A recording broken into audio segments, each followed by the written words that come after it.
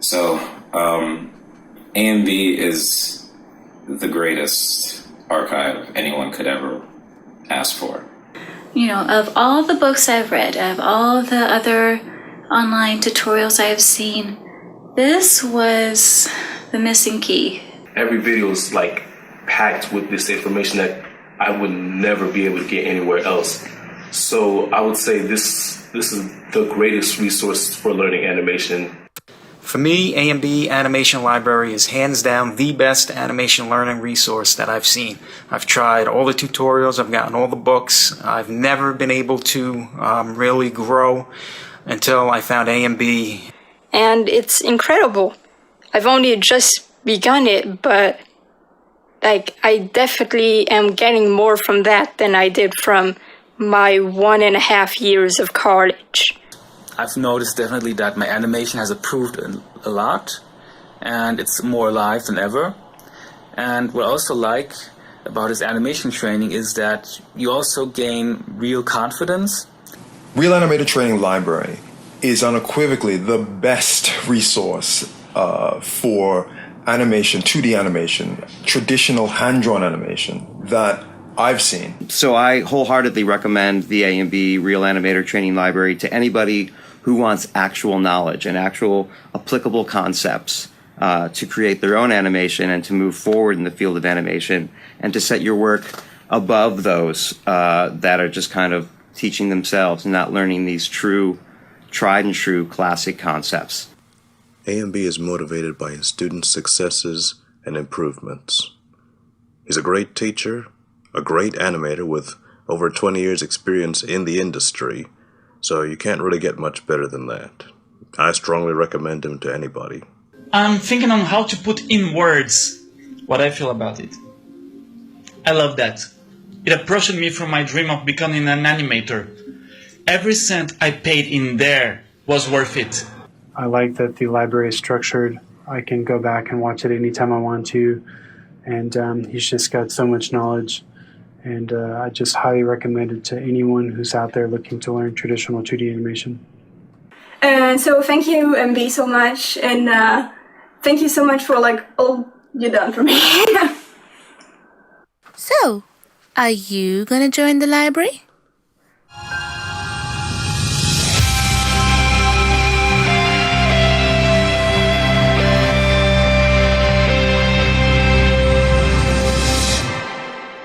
Hello, and welcome once again to another edition of AMB Animation Livestream. Right, so today I have been given a really good opportunity to help a real animator, a genuine animator. So I can't refuse that. I'm not doing a growth, development, and progress stream today, but I am going to be looking at one of the posts in there because there's a lot of stuff posted, and this post I want to single out because it involves somebody who's been studying from the Real Animator Training Library, who is now moved on to the Advanced Archive and is trying their hand at a dialogue scene. You all remember Life Fantasies, amazing. Well, those of you who are in the group and follow me regularly all remember the lovely Life Fantasies, amazing attempt at the, well, not attempt, but animation at the dialogue scene with her two snow leopards or animal lions, some kind of lions, but really nice animation. Now this guy has posted in here, and he said, "Hi AMB, I was working on this dialogue exercise using phonetic sounds for the dialogue, and for some reason this still seems off for me. I don't know where I messed up. The character is tied to a chair. The chair and the rope are on a different layer, and that's why they are not here. This is only the dialogue bit. Feedback is welcome." Right, well, since Moy, I'm going to give you some feedback on Moy. Moy has been a training library member. He's been going through all the exercises and posting throughout this group, and now he has finished Oh, the Savage Beast has just posted. I'm not going to review that today. He's going to, if he watches this, he'll laugh. And he's now moved on to the advanced archive, where he's going to move away from the flower sack, and he's going to try his hand at dialogue. Now I'm going to read a little nice message that I received from Moy a couple of maybe last month, a month ago, or a couple of weeks ago. It's a very, very sweet message. So he said to me, "Hi AMB, I'm writing to say thanks for not only the feedback you give me on my exercises, but also thanks for your hard work in making the library and the vast knowledge of animation that you share with all of us in the library. I have improved a lot since I first started, and I would not have been able to do it without your help. So if you ever need an assistant animator to help you in between the Little Red Riding Hood, I would be more than happy to help you with it. Thanks for all you have done to make us into better animators, Moy."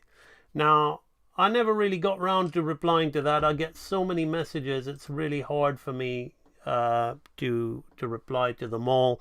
But I took that one to heart, and I think what Moy has posted here will give me an opportunity to not just help Moy, but to help people who are not in the library, who are watching this, because we have an advanced dialogue course in the library, a 4-part course. And I'm going to say, Moy, I think what's happened, before I do that, before I go jumping in and talking to Moy, let me just quickly say hello to the people online, so you don't all feel just ignored. Pillowhead Creations, how are you doing? You lifting weights during this stream today? Life Fantasy, hello. Irex, RJ, how are you? 2 spaced animations just in time for next month's 11-second club challenge. Well, hopefully I'll be able to help you with that. Hung Ming Hui, hello. Pedro, the Red Fox, how are you? He's alive. So there we go. So everybody who I've said hello to, I've said hello to. Fantastic. Now I will go and continue on to the what I'm saying with Moy. Moy, I think, before I begin talking to you, I think one of the things that's happened and fallen is there's been a sudden disconnect. Okay. Now this didn't happen to Life Fantasy. I don't know. It could have happened to Dwayne Stafford Gale. He hasn't shared anything yet. I know he's got a job supervising CG now, so well done for him. That's why he's disappeared. But you know, he disappeared to go and supervise a bunch of CG animators. Good for him. But you know what I think is you have gone from, you've suddenly, I'm gonna say you're like a, this is when I used to train people in martial arts. This used to happen a lot. We used to have like martial arts champion. Okay, he'd been through the tournaments. You know, he'd got his double degree, his 4th degree, black belt. He's got, you're the best around, and nothing's gonna ever keep you down. You're the best around, and nothing's gonna ever keep you down. So this is you, Moy. You're the best. All right. So you've been through those training exercises, and you did them rather well. But then what happens is when this martial arts guy who's been through all that goes out in the street and he's with his beautiful girlfriend, you know, and they've had a nice night out, and he's telling her about how he's the best around. You're the best. I'm just having fun. You wouldn't do that, Moy. So he's telling her all that. Then suddenly a big meanie, let's say a big gang of like 15 meanie thugs, all with baseball bats, double dragon style. Let's say they all suddenly surround. You're the best around, and you're the one going to keep you down. Suddenly he freezes, all right, and all of the martial arts training is forgotten. Okay, so he's forgotten all his training. He's forgotten all the things that he kind of felt that he knew, and suddenly he's not the best around, and he gets his ass handed to him on a plate, and he doesn't even put up a good fight. He's basically kicked the shit out of, you know, they're all on top of him like kicking his body and his girlfriend's watching going, I thought you was the best around. I'm just having fun to make light of it. But so what I mean is like, you have gone through those exercises in the library as a learner, learning the things that you needed to learn, and you did really well. You copied the exercises, you took in what was said, and you executed them quite well. But now you've come onto the advanced archive and you're not following step by step anymore. You're interpreting. I hope you're following that video. You're a full library member, so I hope you're following that video, Moy.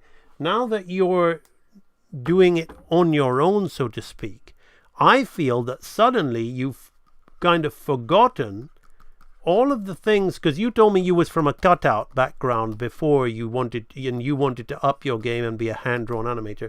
Looking at this, I feel that you've forgotten all of the things that you have worked so well at doing, and you've suddenly reverted back to your comfort zone. Okay, you've kind of gone right back into doing what you feel comfortable with. Like, everything about this dialogue animation feels cut out. Okay, feels cut out, feels you haven't really thought about it in an animated way. Now I'm going to go and show you, for example, that you've all seen that thing at the beginning where she goes, so are you going to join the library? Let's so let's go into the Real Animator Training Library right here. Okay, let's go into the Real Animator Training Library. Now, this was a very old course, but I still think it's got a lot of goodness in it, which is why I haven't moved it from the advanced archives. You all know I like to clean up the archives as I keep adding more stuff. But if we go into the advanced animation archive and we go all the way back to is it number 4? Yeah, dialogue. It's the first the second lecture in, so part 1. Now, if you remember part 1, Moy, the first video was spent, okay, the first video we spent talking all about creating a setup, creating a scenario. So I even drew this rough kind of stage to say, all right, that character saying, are you going to join the library? That was my wife. She did a voice and we were going to animate to it. And I said, okay, let's pretend my wife's like the AMB desk girl. So you see the drawing's really naff. It's really quick. Just to give the idea, the context. So we look at just this freeze frame here. Storyboard, context, planning, key, substance. So the first half hour of this lecture, we talk about that, Moy. So, and then we go into breaking down the dialogue and what a dope sheet is and all of that. So never mind all that. Then we come into talking about the original roughs. So can you see, I'm not trying to draw the character cleanly here. Look, here we've got the dialogue, and we're going to cover this in today's lecture. I'm going to kind of cover all this stuff, but very quickly, not the way we do it in, obviously, this 4-part lecture.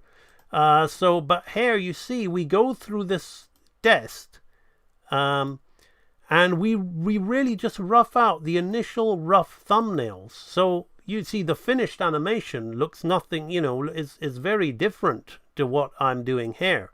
So we just have something like this.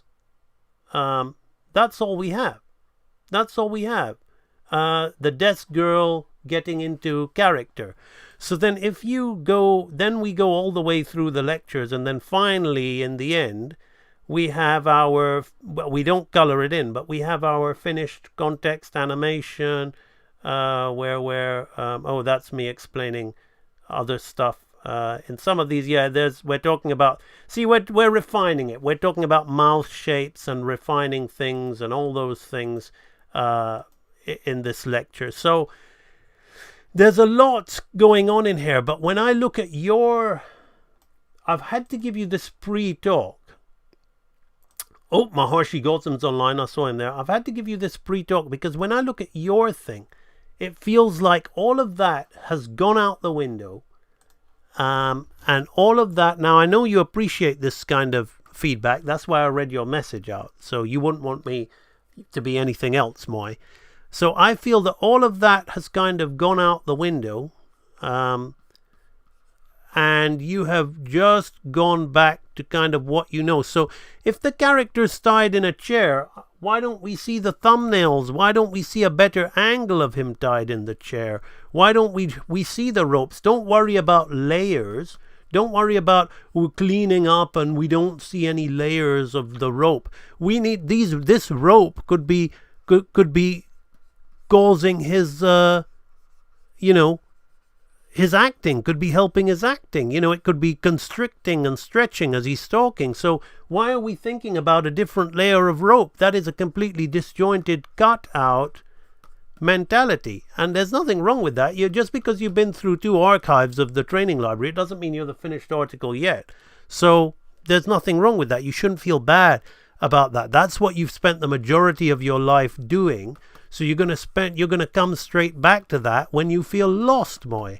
That is perfectly natural. So I'm having this little talk with you so that you understand why this has happened.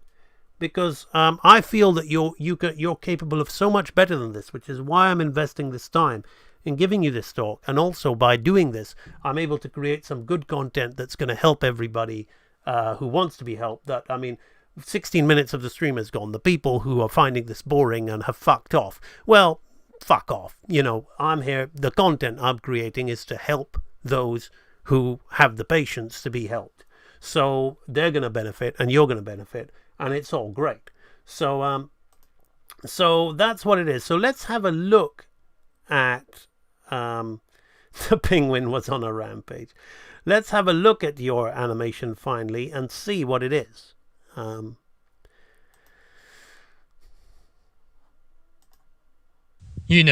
For a guy named Joker, you're not very funny.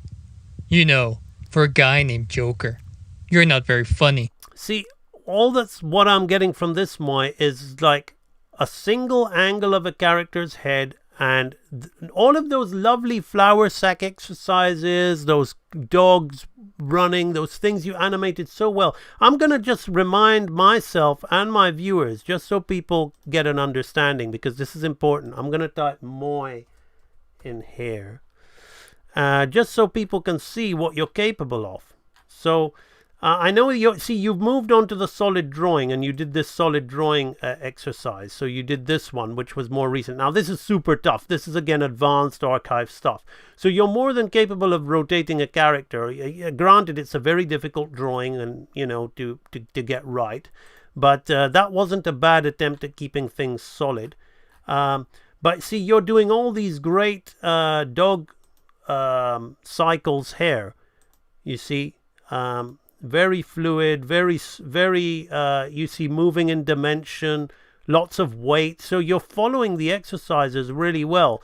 So all of this knowledge is in you, Moy. This is another great exercise from you, the 4-step walk cycle. So you're following these exercises very, very well. You see, you're more than capable of doing good animation. You've studied from those videos. But as I said, now I think if we come back to this... For a guy named Joker, you're not very funny. So, immediately, we're just seeing, like, the guy's body, and why should those ropes be on a different level, Moy? And his head is just one kind of cutout angle, sliding around. Even when he shakes his head, it feels like it's just a loop. And all this stuff. So it seems that like you've immediately just thought about keeping the face solid, as if that's somehow good animation. So that's not, and I know, you've been through the training library. You know that that's not good animation. Good animation is the illusion of life. Good animation is making that acting believable.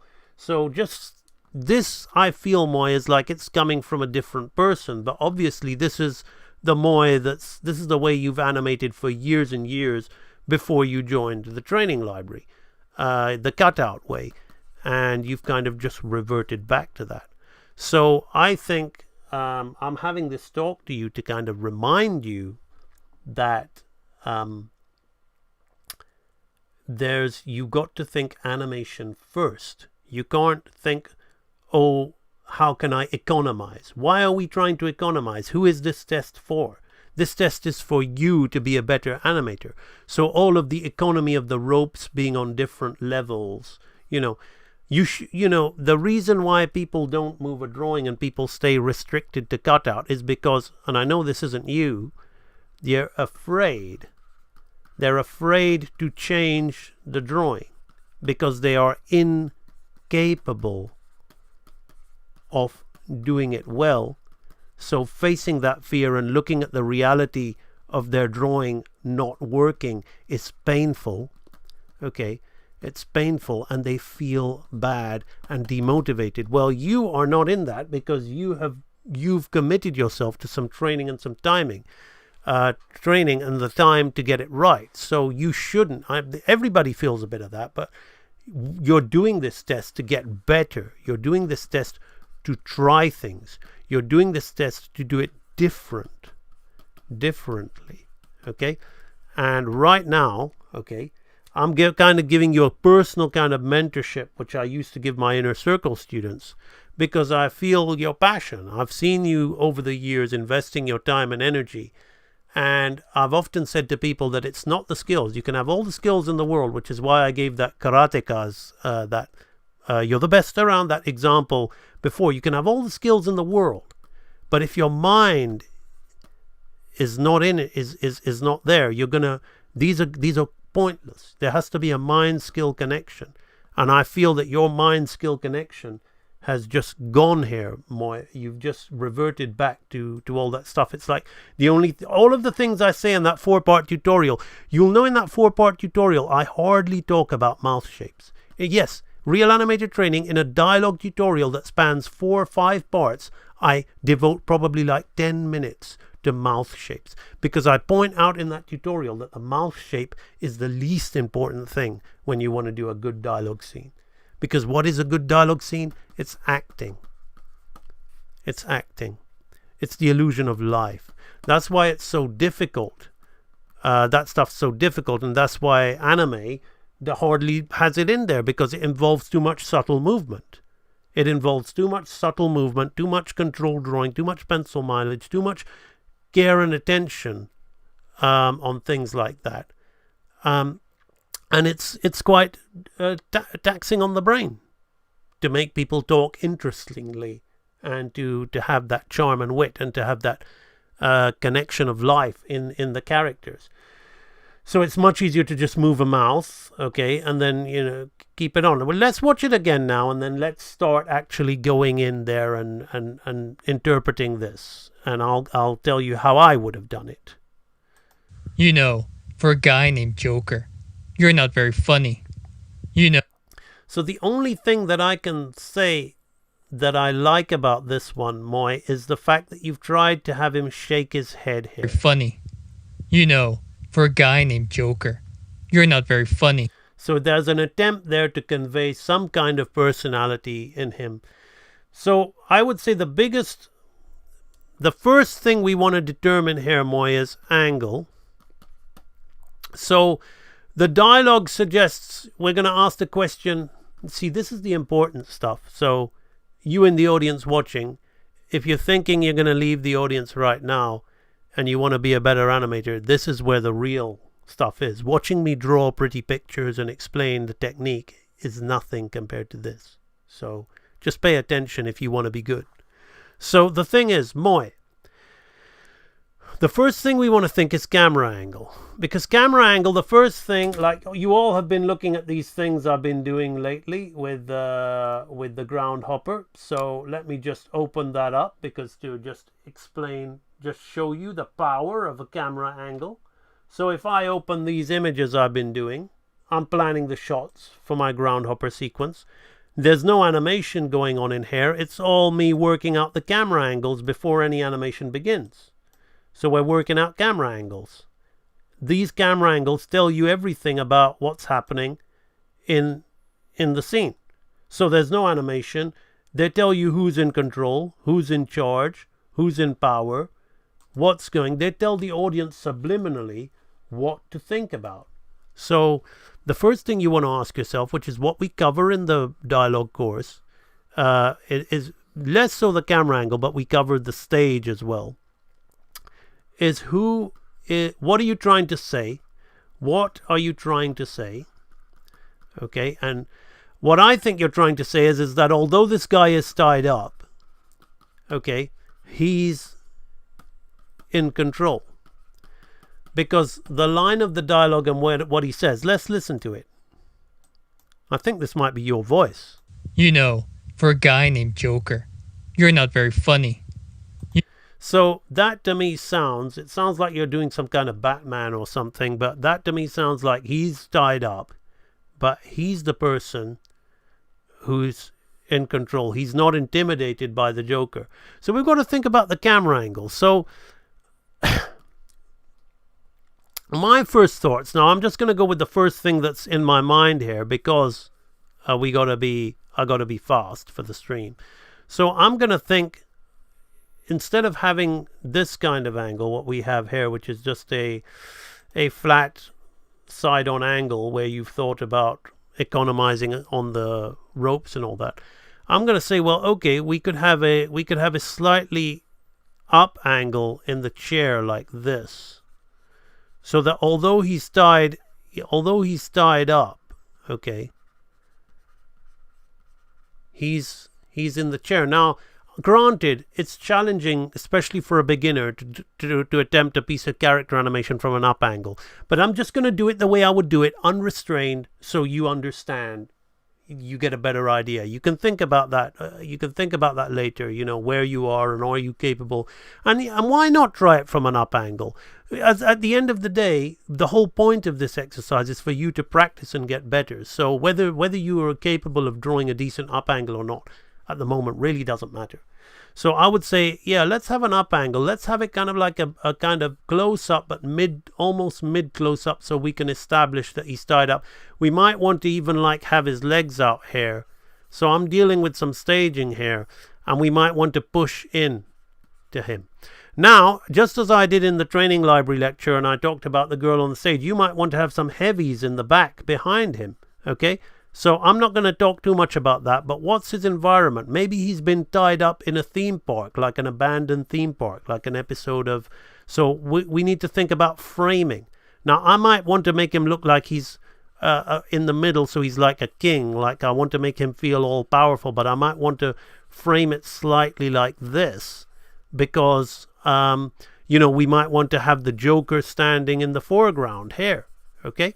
So, you see, there's so many things we can think about to put a context in our scene. So already, without any animation, we can already feel something. So let's just say, let me just tidy this up just a little bit, just so we're on the same page here. So we can already say that, like in the foreground, let's say that we've got like this could be like a goat, so we know that that's somebody in the foreground. So we've got a feeling of that somebody in the foreground. Maybe there's a hand there, but I don't want to clutter the shot. I want to keep it kind of simple. So we could have like the under of his coat to make it like an up angle. Okay, like this. And then here we could have our guy kind of sitting here, tied up in his chair. Like this.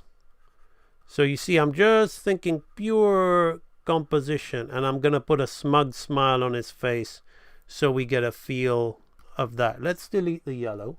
Okay, so I would have it more like this maybe, and then maybe behind there could be like some Harley Quinn, or some kind of sexy Joker broad, as he would have it, that word, hey, the dumb broad. So no offense to the ladies in the audience, I'm just getting into character for what the scenario is. I'm just trying to give Moy some examples.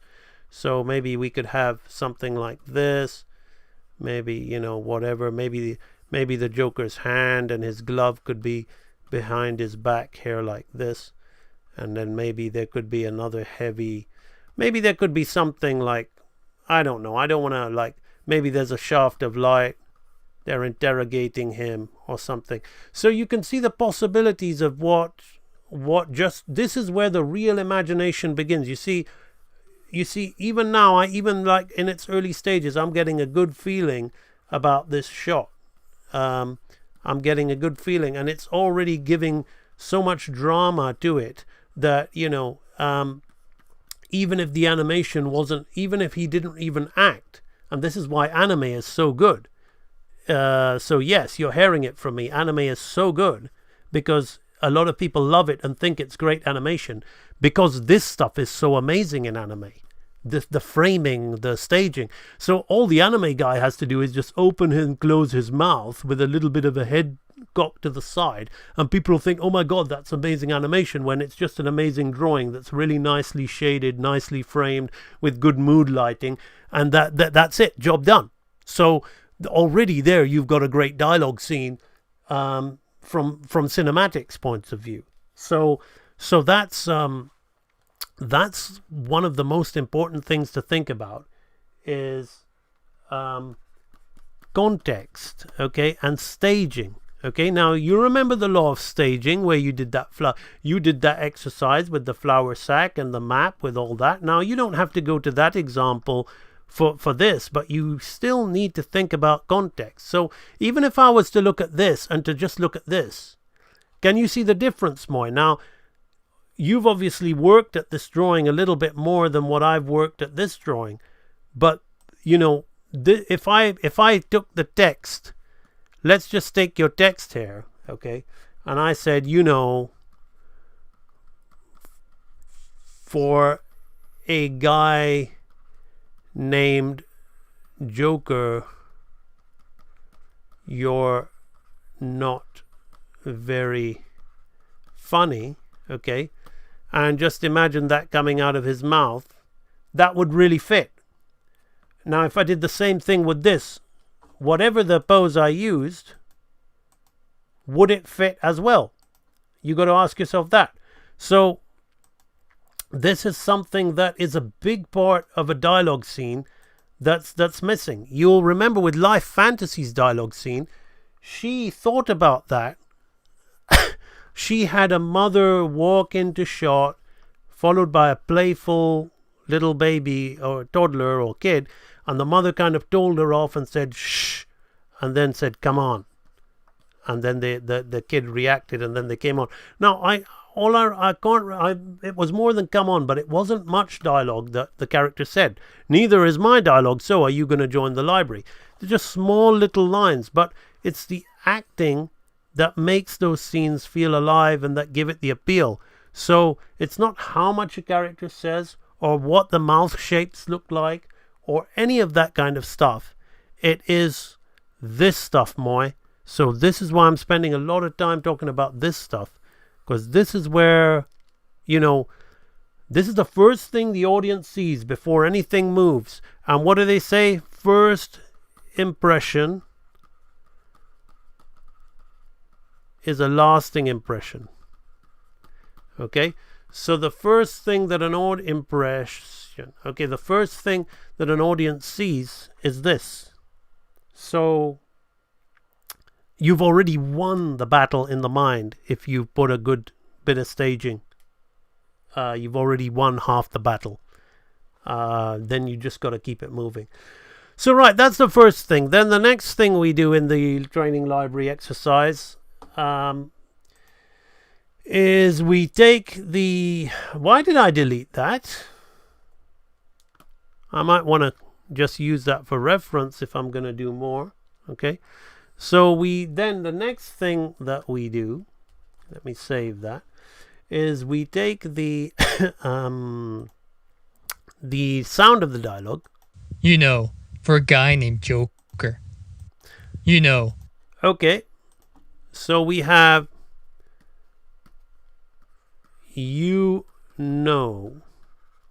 okay, and then it pauses, okay, for a beat. So it says, So it's basically like a, why am I drawing this arrow? Well, it's all in that video. I'm saying it's kind of a quick rise and then a lingering off into the silence. You know. So we have that. And then where is it? For a guy named Joker. You're not very... So let's listen to that again. You know, for a guy named Joker.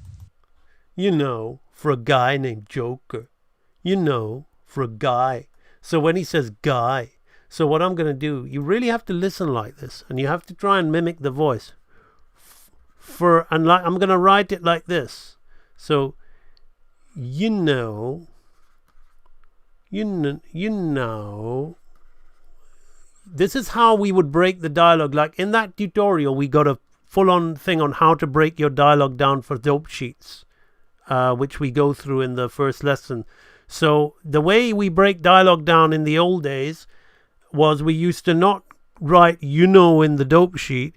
We would write what it really sounded like. So you've got you know, for you don't say for. We all know it says for a guy named Joker, but you're saying for a guy. So it's like for a guy. So you're like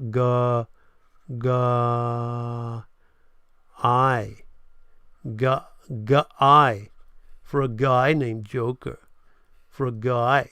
So it's like, again, that rises for a guy named, and then you stay on the same level, named Joker. How does he say it? Joker. No. Guy named Joker. For a guy named Joker. Named Joker. So that's quick. Named Joker. So I got that wrong there. So it's like for a guy. Guy named Joker.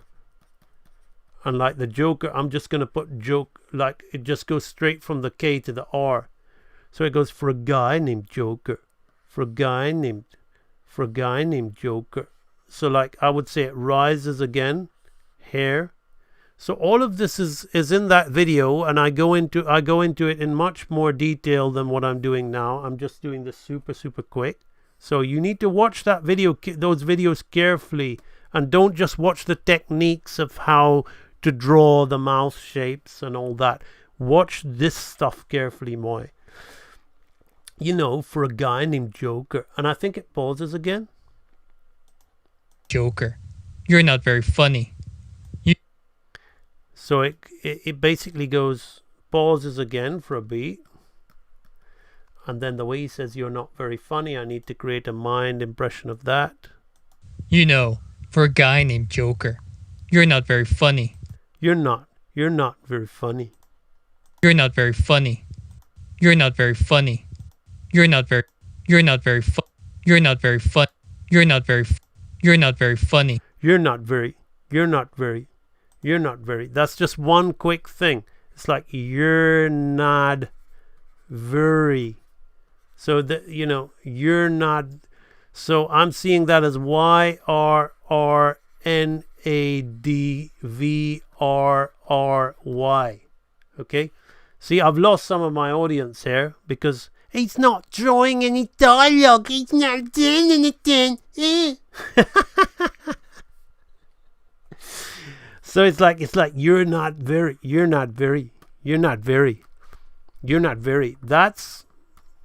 That's very important because that's really quick, and that's kind of you're not very. So it goes up and it stays there, and then you got like funny. So that's more. You know, not very funny. You're not very funny. You know. You're not very funny. So then funny is big and up and down, like funny. So again, funny. Okay, on the end of it. So I'm going to put a little I on there because it just finishes like that.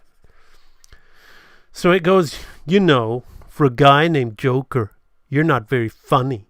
That's the kind of thing. So you really, this is the most important thing. If you want to do good dialogue, if you want to be like a typical piece of shit, like the kind of people who probably exited this live stream because they thought that I wasn't teaching dialogue by drawing an anime figure with a juicy, moist, panty camel toe. You know, the camel toe will be doing all the dialogue shapes. You know, so if you don't want to be like those guys and you want to be like somebody who's good, you want to make sure that you spend, like those guys thought that I took time on this, okay? You want to spend at least, you know, it doesn't have to be a set time, but you want to make sure that you really know this piece of dialogue. You want to make sure that you really understand it, because if you're going to put some life into it, you want to really, really listen to it. You want to know the highs, you want to know the lows, you want to know everything every opportunity that you have. So now let's start the thumbnails from it. So he goes, you know, so he could be in here, and like he could, I'm gonna go in close to his face because he's tied up. So it's like, so he could be looking at the Joker, okay, looking up at the Joker, all kind of like, and the thing that makes it interesting is a change of expression. So he could be like looking as if we don't know, kind of non-expression. He could be looking at the Joker, and then he could kind of like suddenly like smile to himself, because there's a little bit of silence before, and close his eyes, you know, and he goes, you know. So it's like basically like he'll come up, because it goes, you know. So it's like he's going to come up and look at the Joker like this, because there's a lot of talking heads, and there is this woman behind him, but I'm not going to think about that because I'm on a live stream and I'm just going to focus on the one character. There doesn't have to be a woman behind him. So his head's going to drop, and it's going to look up, and he's going to go, and he's going to he's kind of being sarcastic, so we can rely on that typical eye up. So he goes, you know. So from hair to hair, he's going to have the you know. Okay, so then obviously the arc is going to be, as he rises his head, it's going to dip, but we'll talk more about that. So it'll be like you know. Okay, so that's going to be the arc, just like, you know. And then it says, for a guy named Joker, you're not very funny. Now, where you have him shaking his head, you have him shaking his head on the you're not very funny. So it's like, if we watch it, you know, for a guy named Joker, you're not very funny. So that's all okay, but I like to kind of like, one thing that we do, like, and like, again, I'm going to bring it back to martial arts. The way you can like down an opponent is when they telegraph a move, or you can telegraph a move to subconsciously or consciously to feint an opponent.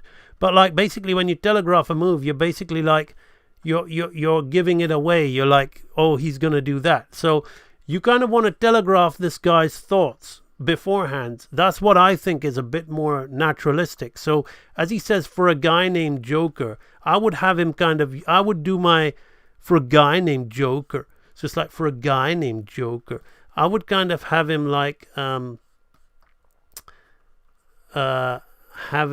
him make a mockery of the word Joker by basically like saying, so he'll stay in this pose, and like he'll kind of nod his head up and down, and for a guy named Joker, and then he'll drop his head again as if like it's a joke to him, Joker. Okay, and I was thinking of maybe like, for a guy named Joker, on the Joker, I would have him like do a little kind of head shake as if he's like, this is unbelievable, you know, like saying no to himself. He's saying no to himself, like, instead of you're not very. So he's kind of telegraphing his negative before he's actually gonna say it. So he's like, for a guy named Joker. So when he hears the word Joker, he's already saying no, because he's kind of like telegraphing that to the audience as like, this guy's not a joker, you know, it's not funny. So he says, for a guy named Joker, then you can just like, you're not very. So it's like, then you can go for, you know, for a guy named Joker, you're not very funny. You're not very funny. You're not very funny. And then basically, I think I would, you're not very funny. Yeah, so you could have him like, look up at him again on the you're not very, with kind of cool eyes.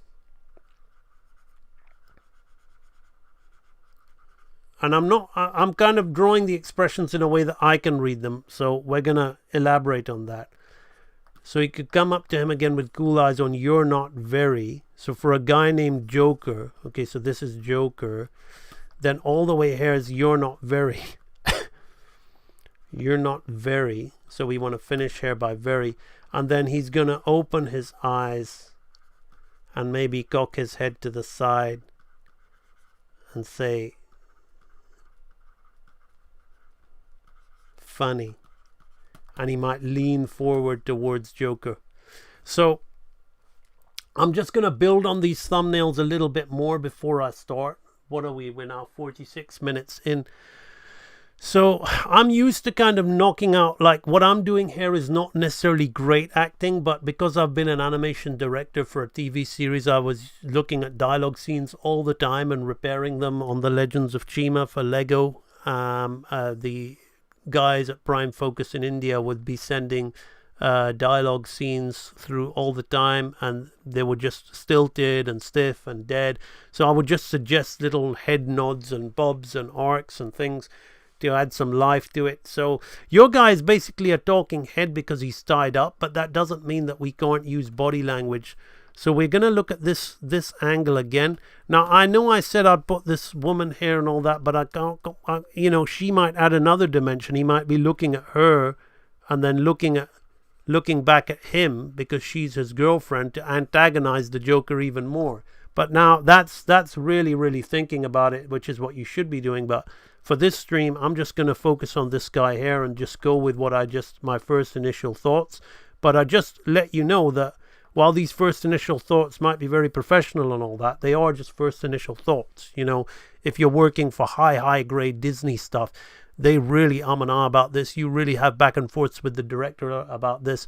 You know, this is where the real time is spent. Okay, not in the drawing, not in the animation, because when you're at the level where you know how to move something, and it's not a challenge for you, like you all saw with this frog that I did. The same thing. Okay, the real work of this frog was in all of this. Okay, all of the work was this. Once I'd figured this out, I didn't really need to do anything. It just was a tad bit time consuming, but I just basically just raced through all of this stuff without any challenge. It was no difficulty because I know how to move. I know how to animate. Animation is easy.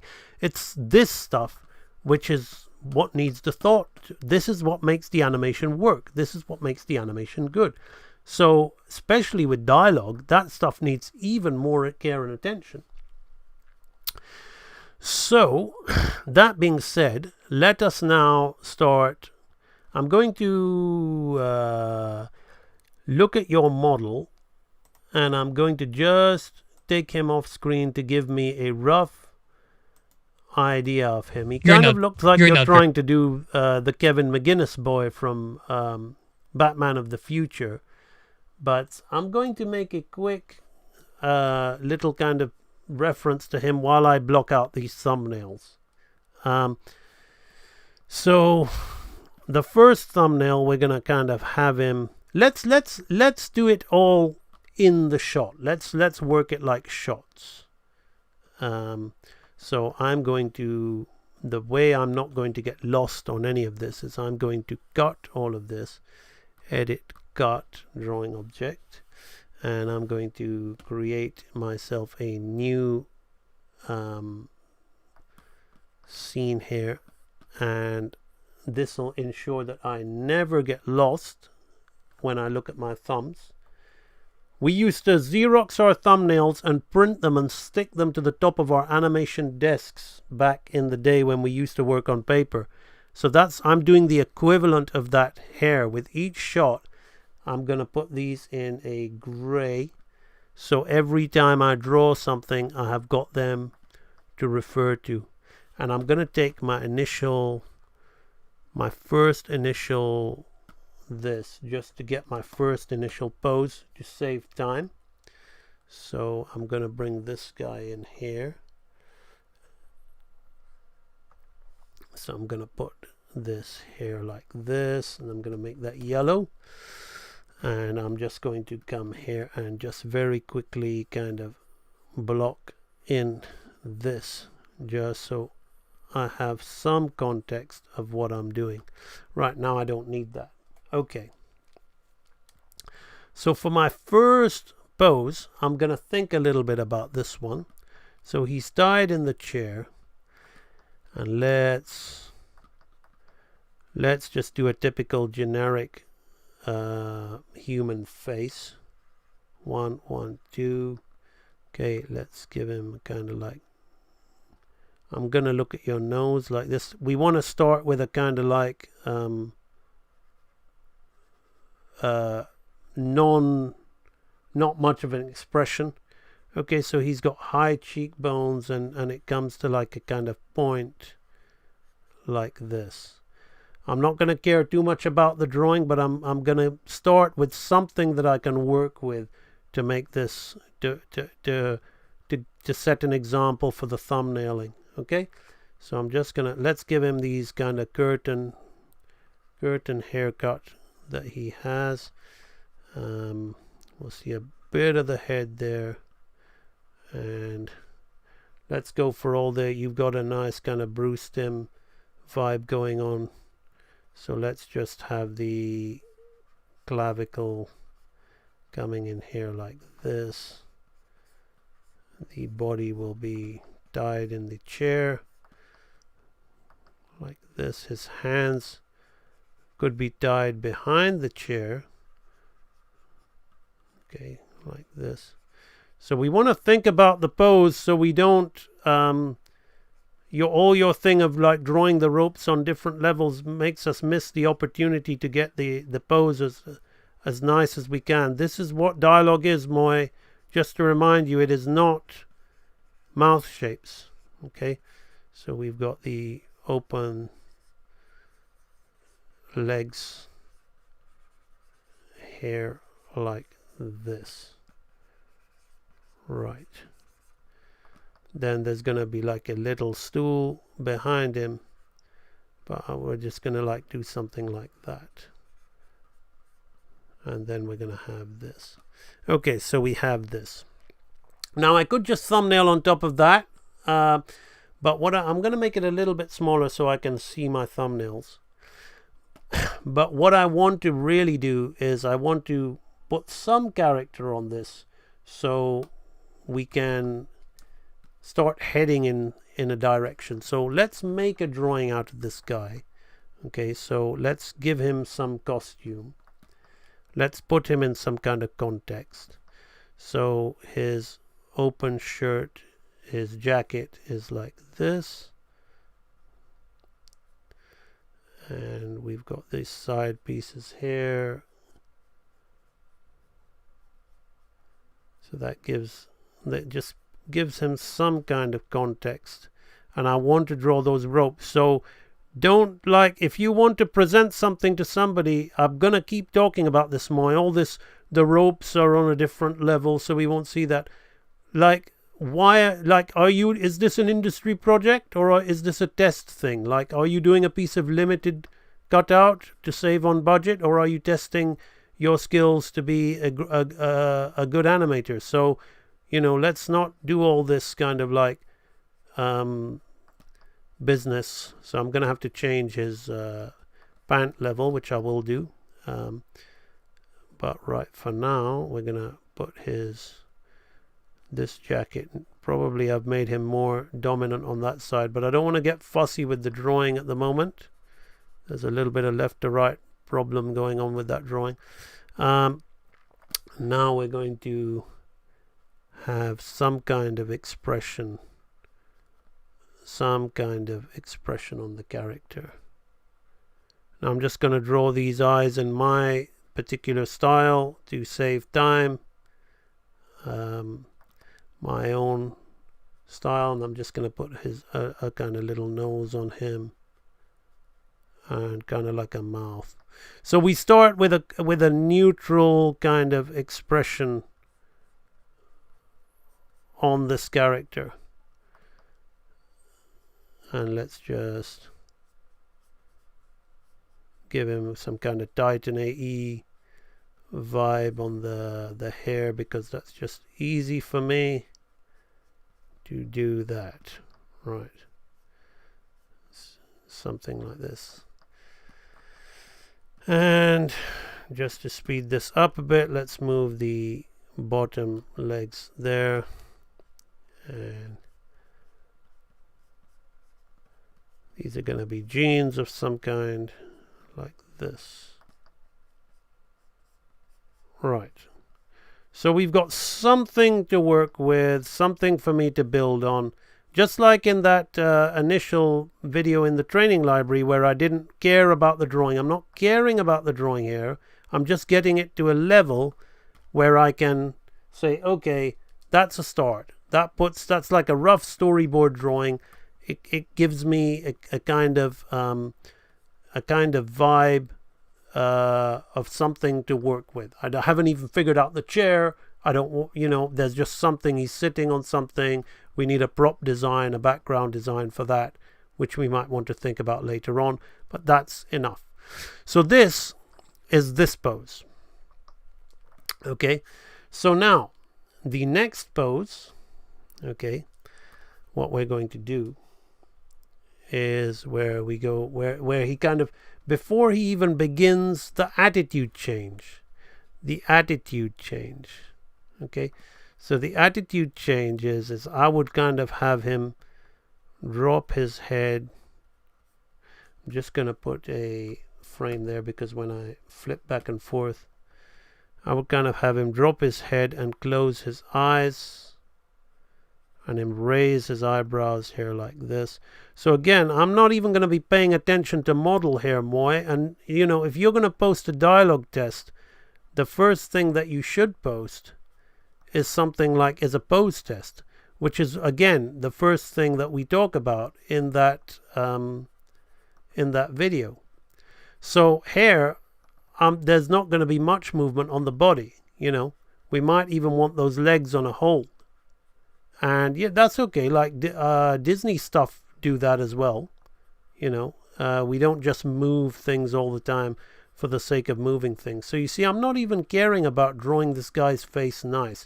What I am caring about, though, is the guy's expression.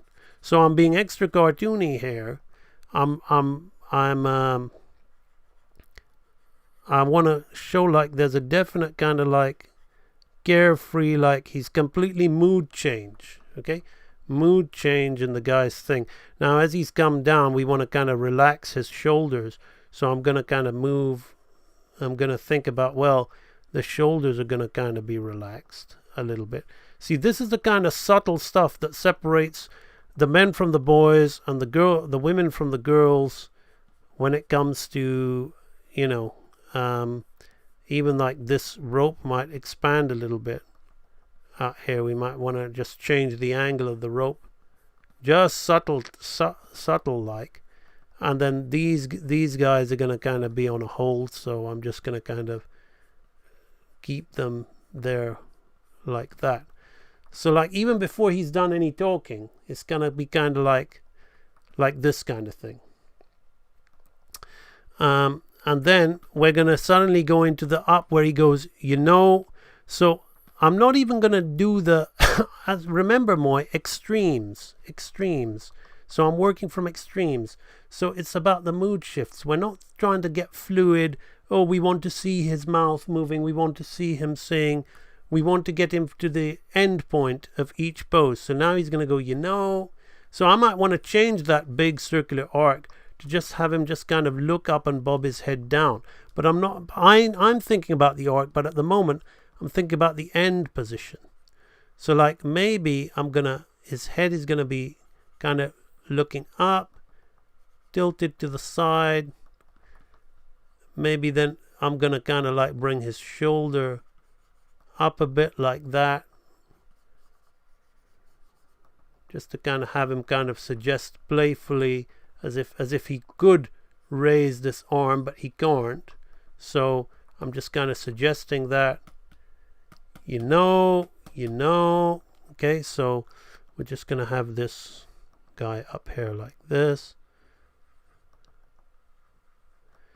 and I'm gonna kind of have his eyes half open,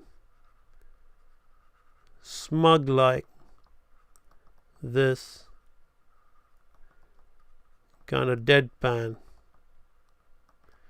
almost like he's kind of like he's got that. Even though we don't think about mouth shapes animating the perfect, like if we can't end on this mouth shape, we can't. But for now, that's what I'm feeling. That I can see that the he's like smiling to one side.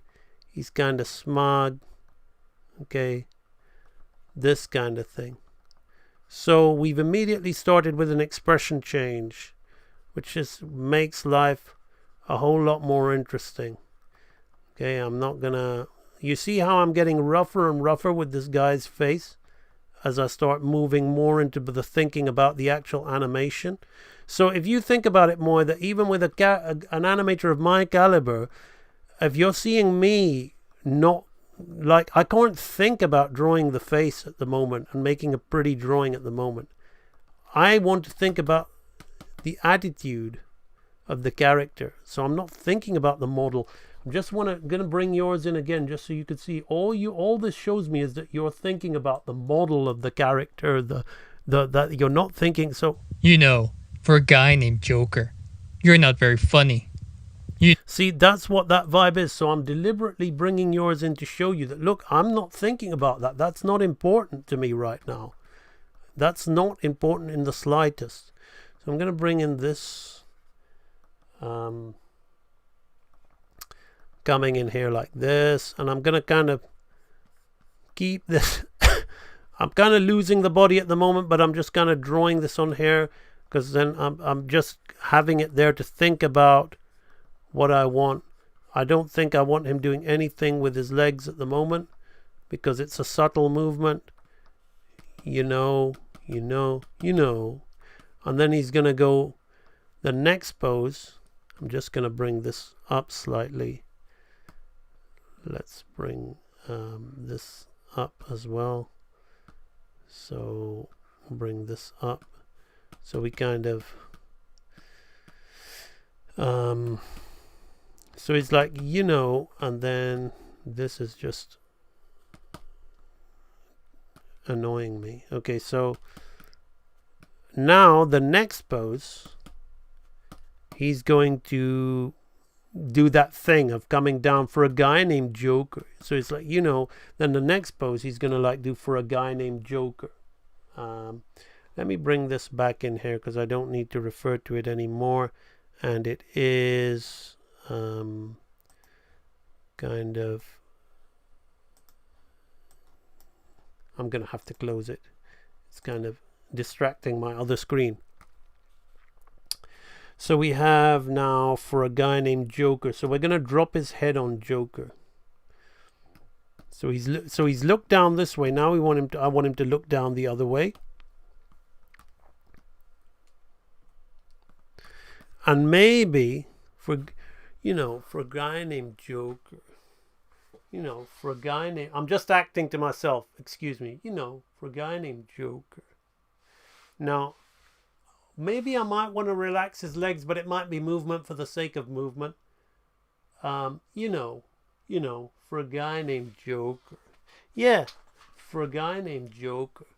Yeah, so I'll try it. If it's too much, it's too much. Okay?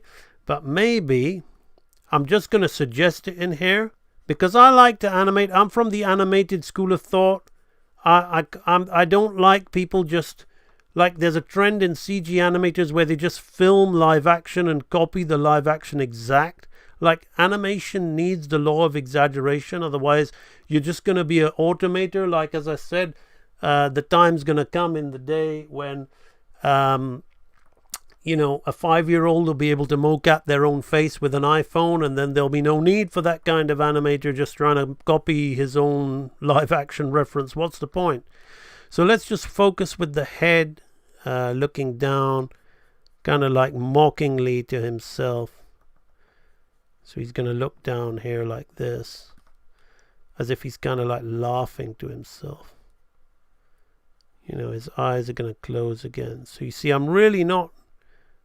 And like maybe like the Joker, like maybe like he's just like he's almost like on that Joker, you've almost got a consonant on the R, so it's almost like he's just grinning to himself, as if it's all a joke, like it's all like pathetic. Like, you got me tied in this chair. Who gives a whatever? You're a joke, you know. You're not even funny. You know, so I'm going to drop his head there like that. I am feeling that I want it more to that side. So I'm going to just delete all of that. You know, for a guy named Joker. So I shouldn't be caring about volume, but I am just going to do that very slightly. You know, and then I'm going to relax his shoulders. I just need to pay attention to his shoulders.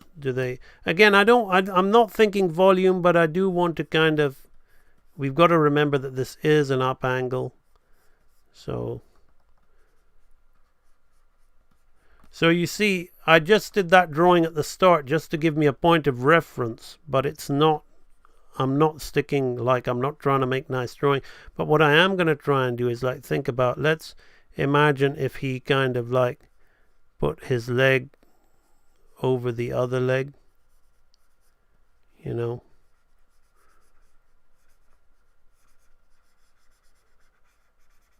So I may want to do this drawing again just to get into the context of the character. For a guy named Joker. It feels like movement for the sake of movement. So I'm going to take it out. It was something worth trying though.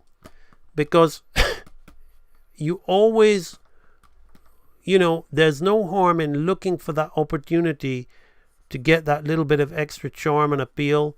You know, maybe I might do something with these legs for a guy named Joker. Maybe I might like relax them. Relax it down a little bit. Yeah, we'll just relax them down just to keep them a little bit more as if he's kind of like completely like let go, so there's no tension in there, you know, for a guy, you know, for a guy named Joker. Okay, so it's like that. So that's the Joker. That's the end of the Joker. Then he's going to go, you're not very. Okay, so we're going to return to this kind of expression. We're going to return to this. Okay, so we're, you know, it almost feels like with that thing, I'm going to delete these thumbs because they're kind of bugging me as I'm flipping through this. Now, we still got them. It's just like, you know, for a guy, you know, for a guy named Joker. Oh, we've got this pose twice for some reason. For a guy named Joker, you're not very funny. Is going to be the next thing. So he's going to come back up to this particular pose.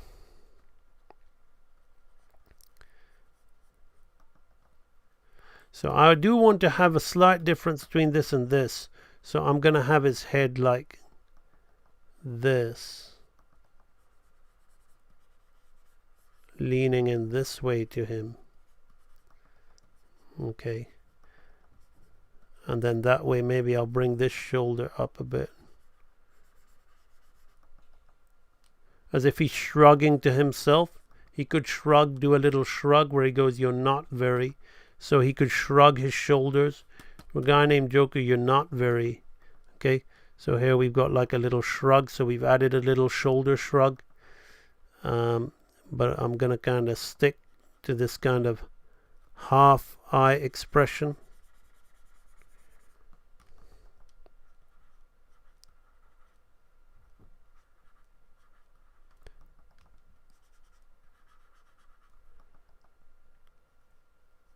Kind of like, very kind of like, almost like bored, but with a smile. Okay. You got to think about the tone of voice that the characters have as well. Just like, "You're not," for a guy named Joker, "you're not." It almost feels to me like he's got a smug smile. It's a very kind of smug sounding dialogue that you have. I've got a feeling you recorded that dialogue. It's your voice. It could be off. So I'm going to heavy his shoulders here because we want to play on the thing of the shrug. Could be nice. Because here I just thought about the head. But now we look at the context of the character tied up. Where he goes, "You're not very." He could shrug his shoulders up and down. And then here we can kind of keep these legs in this relaxed position. So we've kind of moved his legs between two stages throughout the scene. So it gives him that feel. So it's like, you know, for a guy named Joker, "You're not very." So it's like for a guy named Joker, "You're not very." So he comes back up here. And then he's going to drop the bomb on him. And he's going to just change the angle of his head. And he's going to lean in just a little bit. So by changing the angle of the head, we're going to emphasize a little lean in on the character like that. We're going to open his eyes. We're going to have him kind of like a little bit kind of like as if he's made his point with this expression, "You're not very funny." So there's a little bit of malice in his eyes, his eyebrows now. So the change from this eyebrow shape to this eyebrow shape, and he's kind of leaning in. So you see, I'm just trying to capture the essence of the character in this stuff. So then obviously this, and then maybe we're going to have his legs kind of come up on here. You see, I'm just going for raw outlines now, Moy. Raw outlines as I'm getting more and more familiar. These are like my thumbnails, still my thumbnails, because I just thumbnailed the head before. So these are like my thumbnails for the rest of the body. It's like, you know, for a guy named Joe, you know, for a guy named Joker, "You're not very funny." Okay? You're not very funny. So now the next stage would be to think about breaking these thumbs down a little bit. Okay, so I'm kind of done with that. So here I would then say it's like, you know, okay, so this is the now. This is this bit, okay, so we gotta, you know, and then for a guy named Joker, okay, so Joker, okay, so this is this bit, so this is just this bit, this, "You're not very," okay, so very, okay, this is this bit, and this is funny, funny, so this is just this bit. So we have a lot of stuff, a lot of the other bits of the dialogue. So you see, I'm not even caring about the mouth. I'm now going to use the rest of the dialogue as like the time, for a timing, from a timing sense, to get to each of these poses. So that's what we're going to do. So we're going to go from here. We're going to go from hair to hair. I don't need to put a breakdown because it's just a simple thing. So like, okay. So very quickly, I'm just going to go in here and show you how the body language would animate with some arcing. So all that would happen is like, he would kind of like come up on thirds to like a higher point up here like this. Okay.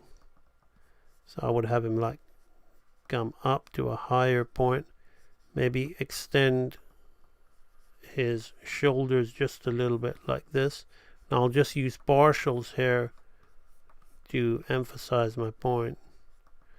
So as he comes up, I'm going to keep his eyes closed, and I'm going to stay around this expression. So even though we've come up, and this would be the so like I would be thinking the now of the so I'd be thinking of like that kind of mouth shape. But again, that's just what I'm feeling. I haven't broken the dialogue down, but I want to be hitting that mouth shape at around that point. So that's where I'll be thinking about that. And I'll just throw in a little bit of the hair. I don't care about the head model. Okay, so we're just going to have and then even from hair to hair, just immediately, so just very quickly, roughing, loose rough. The okay. The would be a third. Okay, this would actually be on third, a third up here. Okay. So again, we're gonna keep him. We want to keep his facial expression. Okay. So we're just gonna kind of like. I'm gonna suggest the in his mouth.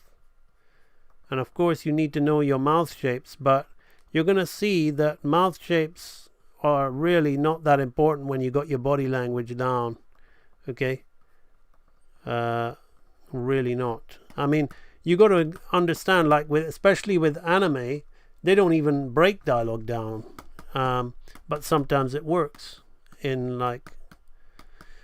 So here we go. So it's like So it's like a simple move like that. Hold up. Dwayne Stafford Gale.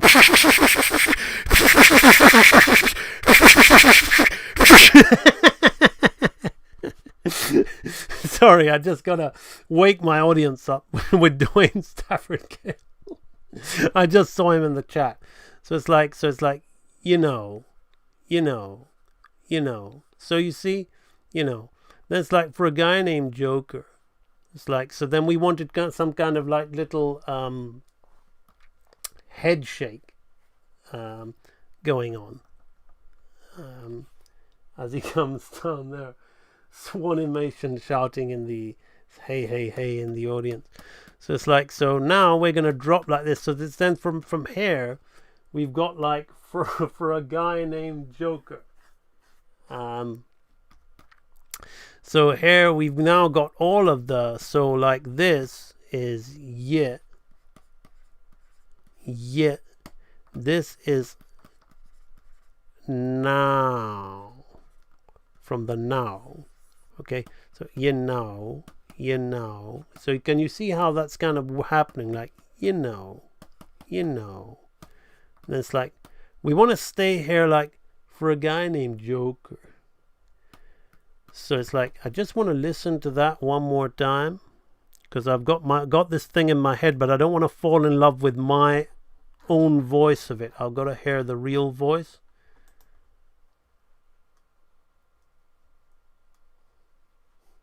New ringtone.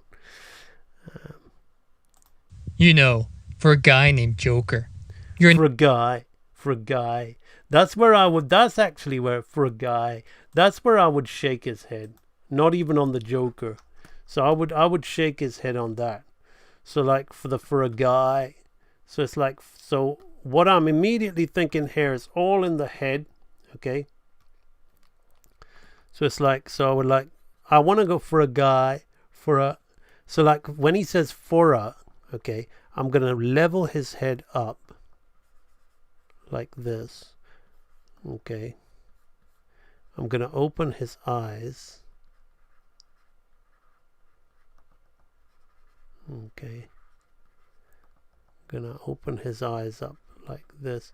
Maybe we want to kind of keep the smugness. Going to keep them a little bit straight like that. Fura. So this is a as if he's really kind of like. So I'm thinking, but that's by the time he gets to fura. Maharshi, if he was Indian, he would nod his head from this way to this way. He would do it from side to side like this, but we're not going to do that, okay? I'm just straightening his head up, okay? It's like, for a guy, and I'm just going to kind of bring it back to this. I don't want to see the relaxed poses yet. Maybe I'll make his legs just a little bit more erect and straight like this to emphasize before they relax themselves. Okay, so you see how the breaking down suddenly gets interesting. So it's like the fura. So this is the fura. For a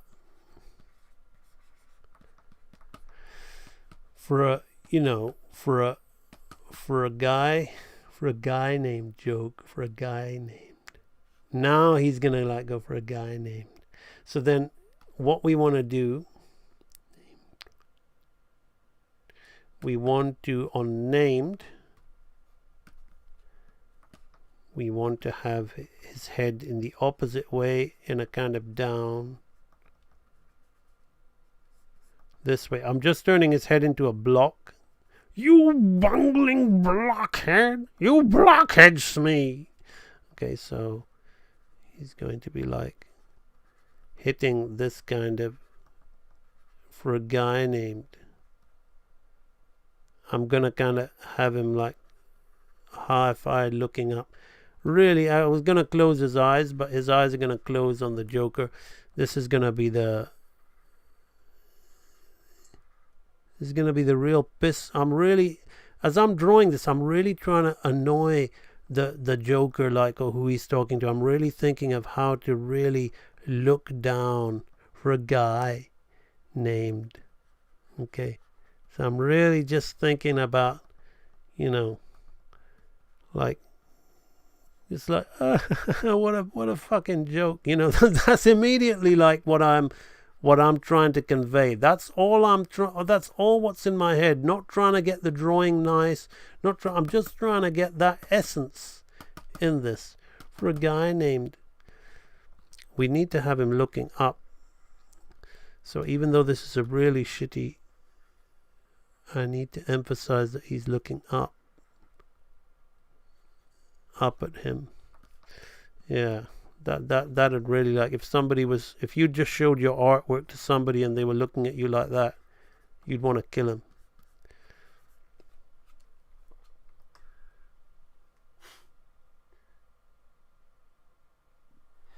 Right.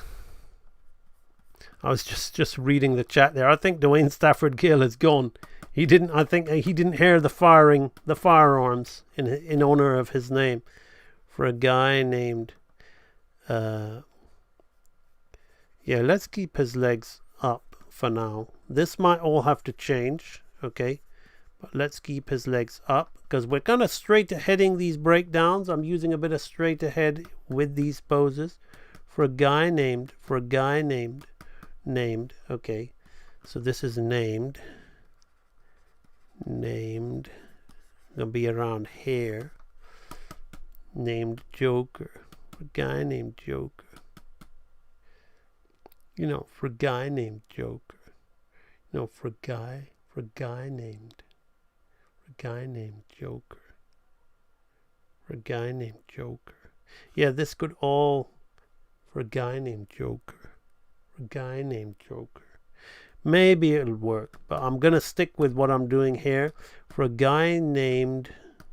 So then dropping here, we're gonna kind of like I'll come back to that. Then we're going to go Joker. I'll come and break those down afterwards. I'm going to continue on with the original breakdowns. I don't want to get too finicky. You know, for a guy named Joker. For a guy named Joker. Let's break those down just in case. Actually, so because we did do this for a guy named for a guy. Okay, so let's do the for a guy. How are we doing for time? 1 hour 25. Yeah, we'll get through this. Okay. So then we're going to stick around this one for the furrow. So I'm going to stick around this expression.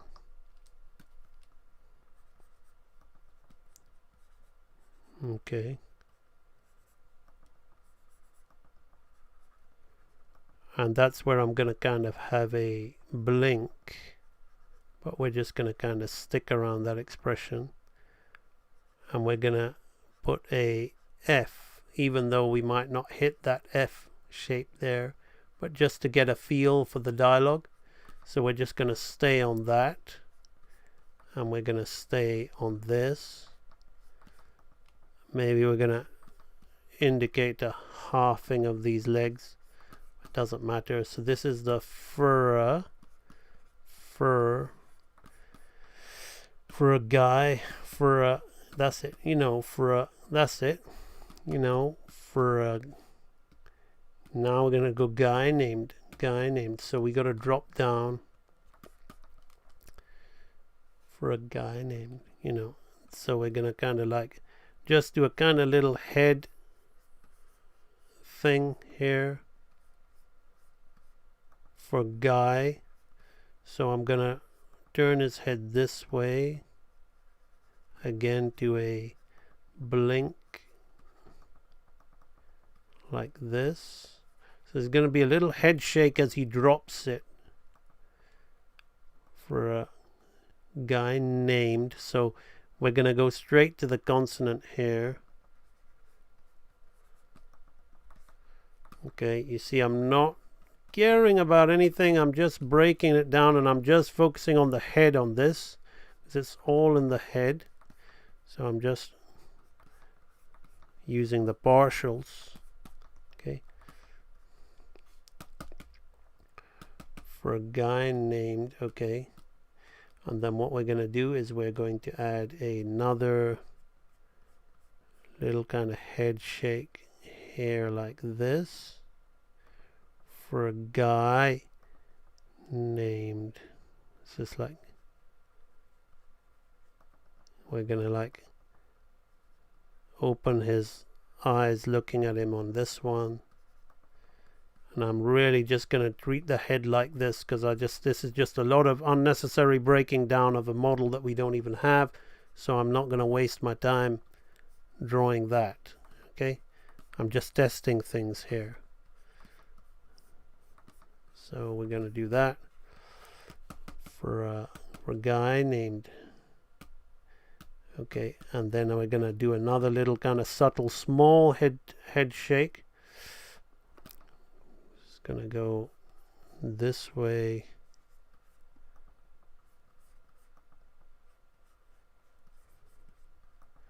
Okay, so I'm putting his crosshairs just too low. If I want to focus on his eye line is there now. So we're going to have him just looking up like this. But his nose is going to be facing the other way. So you see I'm really not guy named. Okay, so we're going to keep his mouth closed like this. Like this. I'm going to do this. So not caring at all, you see, just testing, trying.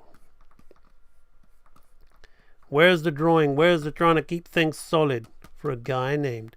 There you go, for a guy named. Okay, and let's just, because the named has got one mouth shape in there, so it'll be nice to use that to tie these together. So I'm going to suggest that this is going to be my A shape. But again, I'm suggesting it doesn't mean, okay, you need to watch that full dialogue course, Moy, because we suggest the mouth shapes. It doesn't mean that that's where they're going to be when we finish it up. It's just they're going to be around that area, okay? Doesn't mean that that's where they're going to be, okay? Right, so let's have a look at this. For a guy named, okay, there, for a guy named, right, so we've got like, for a guy named, for a guy named, there you go. So it's almost like a mocking head turn, for a guy named, for a guy named, and then he's going to go Joker. He's going to like Joker. So he's going to like mock his head down this way like this.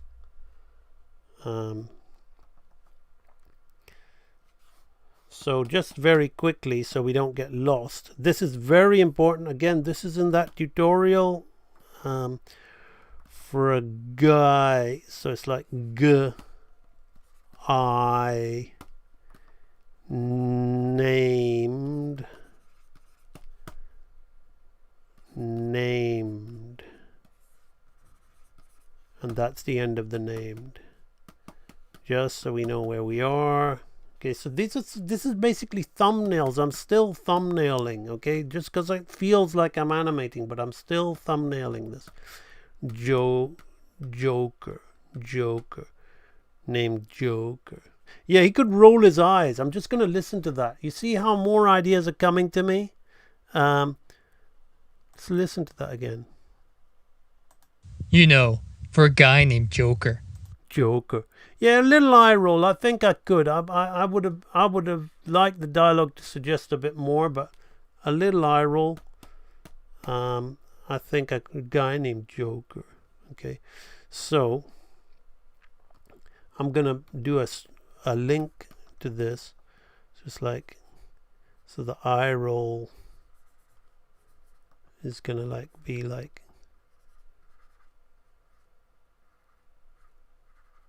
that.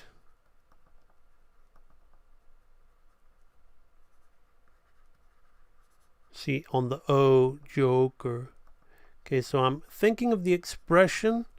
I really couldn't care because, as said, when drawing is nothing to you, okay, an animation is nothing to you, you don't care. So maybe that's not the stage where you're at the moment, Moy, okay, but I want you to let loose and let go, even if drawing is something of a challenge for you and animation is a challenge for you, because this is always the way to go about it. Unchained, uninhibited. What would you like your character to do?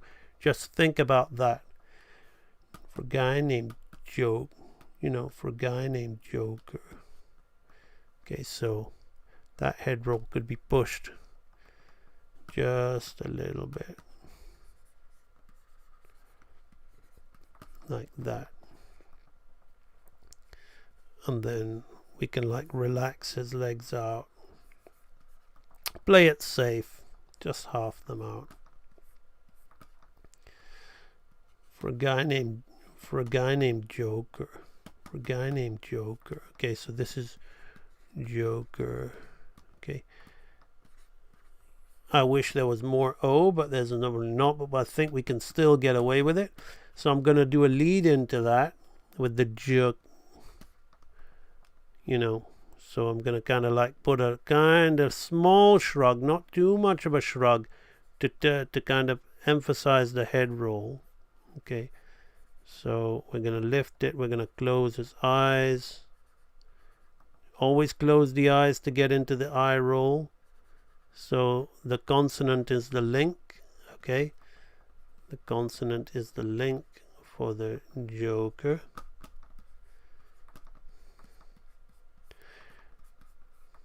You see, as an animation supervisor, many times the animator that you deal with, especially I never worked at the big feature and animation level. On storyboard, I worked on some big multi-million-dollar Universal Pictures, 20th Century Fox Pictures movies. But on animation, I never worked on the big...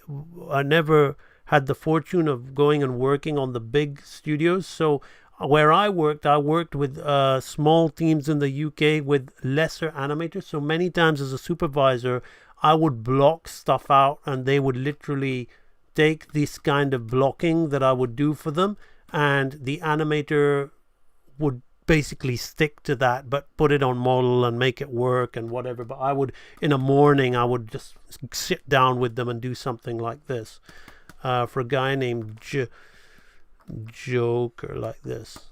Because obviously, you know, in a studio like Disney, every one of their animators is capable of doing this stuff. But when you're in a smaller team with less, you know, just the staff who can just do, you know, that's what a supervisor or a director is there to do. Named Joker. For a guy named Joker. Yeah, that works well for a guy named Joker. Okay, so it's like, you know, for a guy named Joker. For a guy named Joker. Like that. It's like that. So that works. And then it goes, you're not very. Just listen to that dialogue again. You're not very funny. You're not very. So it's quick. I've got to remember, see, I'm just doing this very quickly on the fly, but my initial notes, it's like, you're not very funny. Okay. It's quick. So my thumbnails, coming back to that, I think I've lost, I took my thumbnails out. So it's like, you're not very. Okay, so it's like, so it's going to get, this is going to be kind of simple. Okay, because we've got a lot of movement here. So we're just going to lift his head to this. You're not very. And we're going to shrug his shoulders. So the shrug is going to lead us into this. Okay. So we're kind of going to keep the head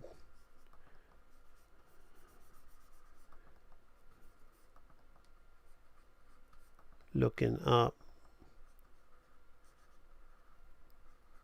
He's looking up at him. I want to keep this expression. You're not very. So you're not. I'm going to stay with the consonant. When you don't really have, when there's a lot of quick mouth movement, I'm just going to keep him in a consonant, grinning teeth, because we don't know what our mouth shapes are going to be on these frames until we start animating with the dialogue breakdown. Okay. Which again, I highly recommend, even though you've got access to software where you can scrub, I highly recommend you go through the process in that tutorial where you break down your dialogue using audio, and because that way you kind of get intimate with the dialogue more, so you can really kind of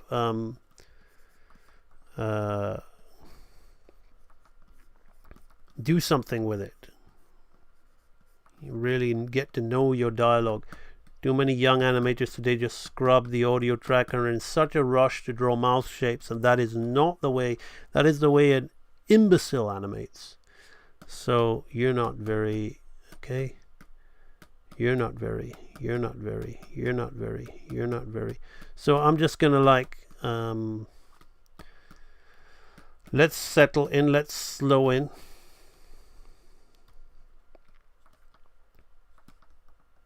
Okay. So we're just gonna make sure that this arc comes up and around. We can't see his eye line in that anyway to test it, but we're just gonna kind of slow into this. So I'm breaking this down for your benefit. I wouldn't need to, okay? I wouldn't need to. I would just go away and animate. But since I'm live and since I'm talking, explaining to you, if I would have just drawn those extremes, I would be ready to just start drawing the character. And that's how you work fast. You just say, okay, well now we just make it work. But this is the thumbnailing process where a lot of good stuff, extra stuff is happening. So I'm going to bring his shoulders a little bit down in this one to make the shrug work better. Okay. So it's like that.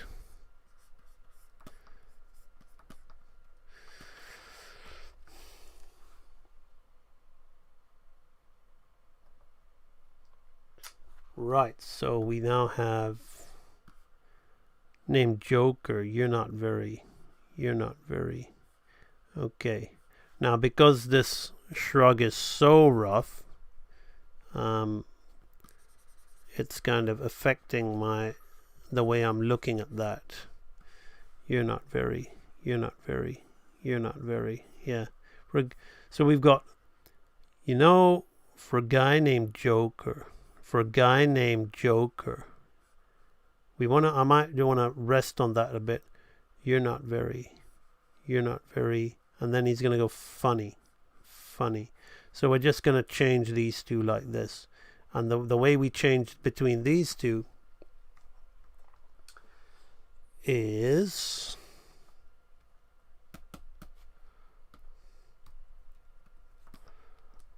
this is hair, so we're going to come up with the arc up here like this, nice and big to emphasize the lean in. So we're just going to do, let's just half that, whatever, and that'll be we're going to change the expression.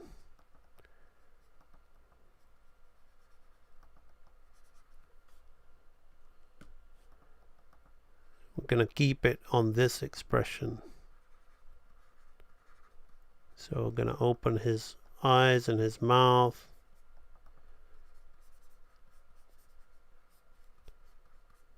Like this. And that's all there is to that. Alright? You're not very funny. Okay? And I'm just going to indicate that his mouth's open on that one. Right. You're not very funny. You're not very Joker. And what I'm going to do is I did want to just leave that, but I don't think you're going to see what I mean unless I put a little bit of slow down here, because we just come out of that just too much. So I'm going to stay, and then I'm going to indicate a slight mouth movement, okay? Even though we won't know what the mouth shape is, but I just want to stay around this head shape to sell the action to you, so you kind of understand. This is not important. Again, I'm doing this for your benefit, because you really want to just go and do what we call a pose test now. You want to take these frames and you want to time them to the dialogue and listen to the dialogue with these frames, which I cannot do at the moment. So you're just going to have to take my word for it, which I know that you will, Moy. You're not very funny. Yeah, just like, for a guy named Joker, you're not very funny. That's how it is. For a guy named Joker, you're not very funny. That's how it'll kind of look to me. So you can see that there's a lot of shrugging going on, a lot of head shaking, eye rolls, all those kind of things going on in there. And I can tell, let's just, before I talk to you about that, let's just go and look in here, because I kind of stopped doing this. So this will be the year of the year, okay? And not, this will be the nod of the nod, okay? And then this will be the, maybe we could have, we're keeping it in a consonant, but just to show you maybe the V of the V would be like this. Of the very, you're not very funny. And then you want to like, actually, I think before I go breaking this down with one more, because as he goes funny, okay, we might want to play the F on the slow end just a bit. Again, this is all just for your sake. I won't need to draw this particular one, but obviously if I'm teaching you something, it's best that you understand. So I would just before we open the eyes, I would go into the F shape. Okay, there will be an F shape because of the way he says funny, and I would lower his head very slightly. Now this is super advanced stuff what I'm sharing with you, Moy. You're probably not going to be able to recreate this to this effect, but my intention was to share this with you because I wanted to reignite the things that you've been learning, because as I gave you that big talk at the beginning about going back to what you falling back into your comfort zone when you're doing something without hand-to-hand guidance, like which the library has been giving you in those previous archives. You're not very funny. Yeah, you're not very funny. Okay? So if we just scrub it through like that, even without listening to the dialogue, we've got an attitude in our character already. So even if I just scrub through, we can know that there's a guy in a chair tied up and he's kind of smug. He doesn't feel like he's in danger or anything like that. It just feels that he's kind of smug. But I'm going to try once more. Way off. You know,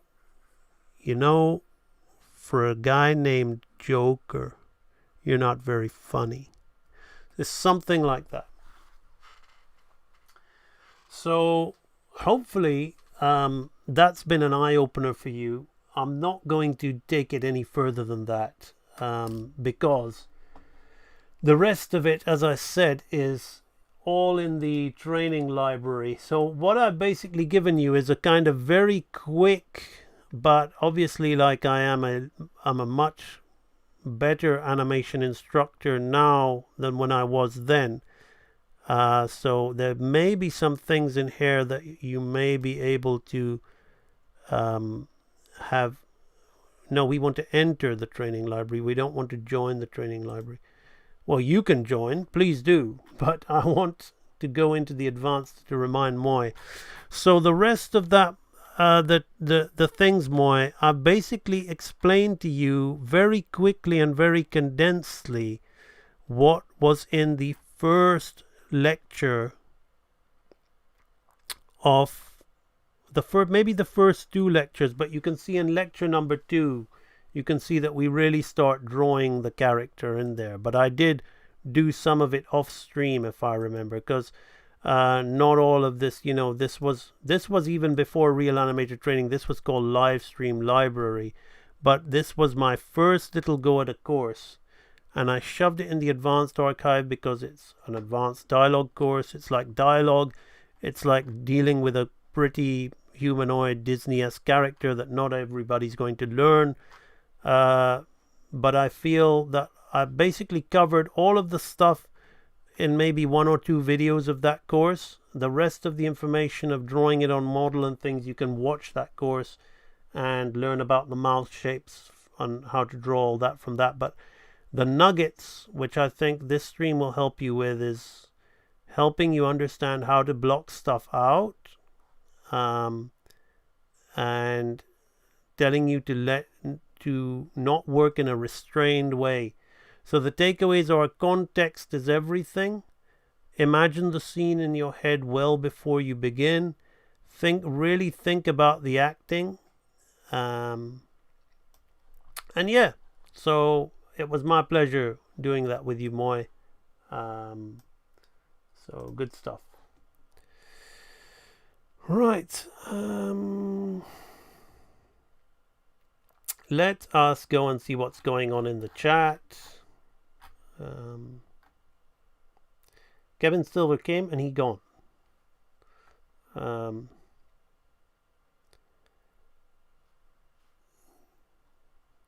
So the opposite also applies. Thank you, Marky Griff. Maybe when he speak, you can frame his face closer, and when the Joker's turn to speak. No, but this is a dialogue test, okay? We want to test our animation, Hang Ming Hui. We're not doing complete. Like, you have to think about what this is. We want to animate and do body language and all those kind of things, but we want to have some kind of sense of staging and feel to it. So if you just do close-ups and that and try to just do the story, then you're losing the opportunity to learn animation and practice animation. We want to balance that. Kevin Silver came back. Aniket Jadhav. I'm sorry, like my parents are from India. I was born in the UK. I can't really speak the language except for a few curse words, but I'm sorry, I can't pronounce that name. I maybe should be able to, but I can't. And Aniket Jadhav. I'll say it like an Englishman. Aniket Jadhav. Good to have you on my stream. Thank you. You want a juicy anime thing, look. This is very insightful. I like comparing voices between sub and dubbed. It doesn't matter, to be honest with you, Silver Sun. Anime don't care about how they animate the voices, and that's the truth. I'm not digging I'm not having a knock at anime. They just open and close the mouths.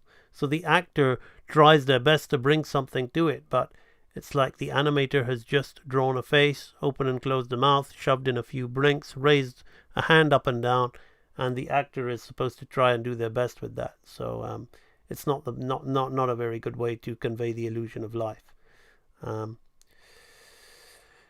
Doreen Stafford Gale, there he is, telling everybody he's supervising animators.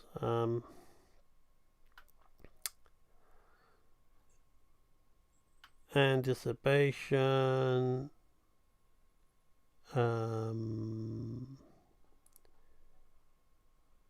Sadly, there are only. I'm not sad about it, Deruji. I'm very happy about there being mocap apps for smartphones. It's just gonna get more and more. Like I want animation to be back in the hands of the animators. Okay. It isn't in the hands of animators anymore. It's in the hand of studio bosses and wannabe people who just think animation should be a 9-to-5 job, where they're more interested in joining the strike rallies and all that than being animators and being artists. Hello there, AMB, and howdy everyone here. Yeah. They just think tinkering about with software is what animation has become a technical act, and so these smartphones and automation, what they call automators, I'm very happy, because then the people who love animation are going to stick with animation, and they're going to be the ones doing it. And everybody else is going to be, what's the point of doing that when people are just like automating it? So that's hence the term real animator. The real animator will survive. AMB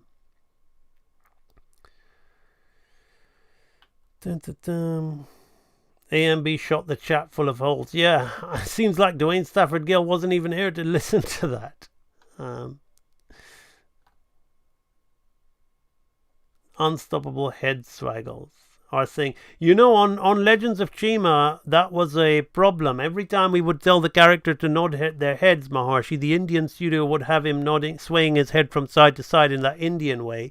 And we wanted him to nod, and they'll go, "What are you talking? He is nodding, man. We made him nod." And I'm like, "No, he's not nodding." And then we realized that Indian head nods is that side to side head swaggle, and English head nods is an up and down yes or or no thing. It's very different.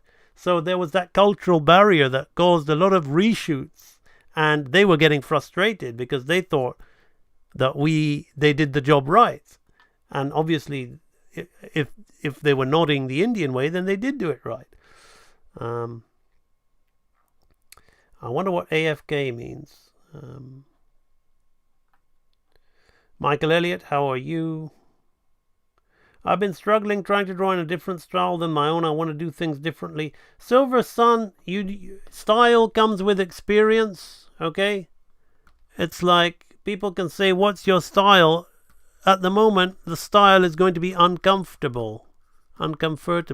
You all see me like breaking down a character. Okay, name me a character to break down and I'll talk to you about style when I break it down. Let's go to the end of the chat here. We're kind of at the end anyway. Name me a character to break down. I'll break down a character for you.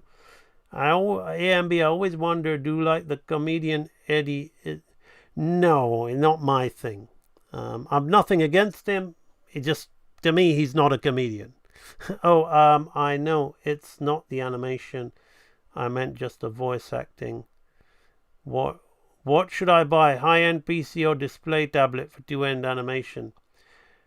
I think you should.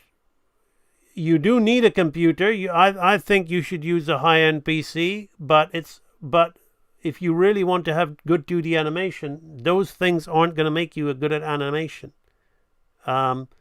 Those things are not going to make you good at animation. Those things are going to just... Dwayne had to go. There he is going. I'm not going to do Disney, people, because if I talk about being versatile in style, and I would love to break down Aladdin. I would love to break... Oh, that is nice, isn't it? I would love to break down Aladdin. I would love to break down... Well, I'm not a huge fan of Lilo and Stitch. They're not my thing. Wasn't my thing. But, I mean, it's still nice. I would love to break that down. But then, and I'm telling you all about how to talk about style. Then people say, well, he's just drawing in the style he likes. So, somebody has said Silverhawks. Let's do Silverhawks. I wasn't a Silverhawks fan. Never saw an episode. I love the 80s. That was an 80s show I never watched. So let's do that. I love the SWAT Cats too, but although it's not Disney, it's a little close to Disney. Littlefoot again, that's a blue thing. I mean, that's like a style that I normally draw in. Hellboy from Mike Mignola. Well, let's have a look at Hellboy. I mean, I know that Atlantis was based on it, but it's all different. Okay, so let's talk about style. I'll tell Kevin Silver about style and why I think you're expending a lot of energy in something that you're not quite going to get at the moment. It's not going to go the way you want it to go. So you're investing a lot of time and energy, and it's going to build a negative emotion inside of you because, it's like, imagine this. It's like, before I go and break, it's like this guy here, okay? He's got baggy pants. He's got like patches. He's like, oh, I'm drawing Aladdin. And he's got a big beard. He's got glasses. Okay, he's got a big kind of, and he's got a top hat like this. And he's just gonna make up his own dance moves. He's never taken a dance lesson in his life. Okay. He's got a big medallion on his chest. Something from every decade. He's got a bow. He's got like a top hat. And he's saying, this is my style, man. And he's just going to start making up dancing. Even though he's never understood dancing. He's just doing whatever he wants to do. He's high. He's doing whatever he wants to do. He's completely inexperienced. He's got a lot of passion. He's got a lot of enthusiasm. So he's got a lot of going for him, but he hasn't got any ability. He hasn't got any ability or any experience. Now you, Kevin,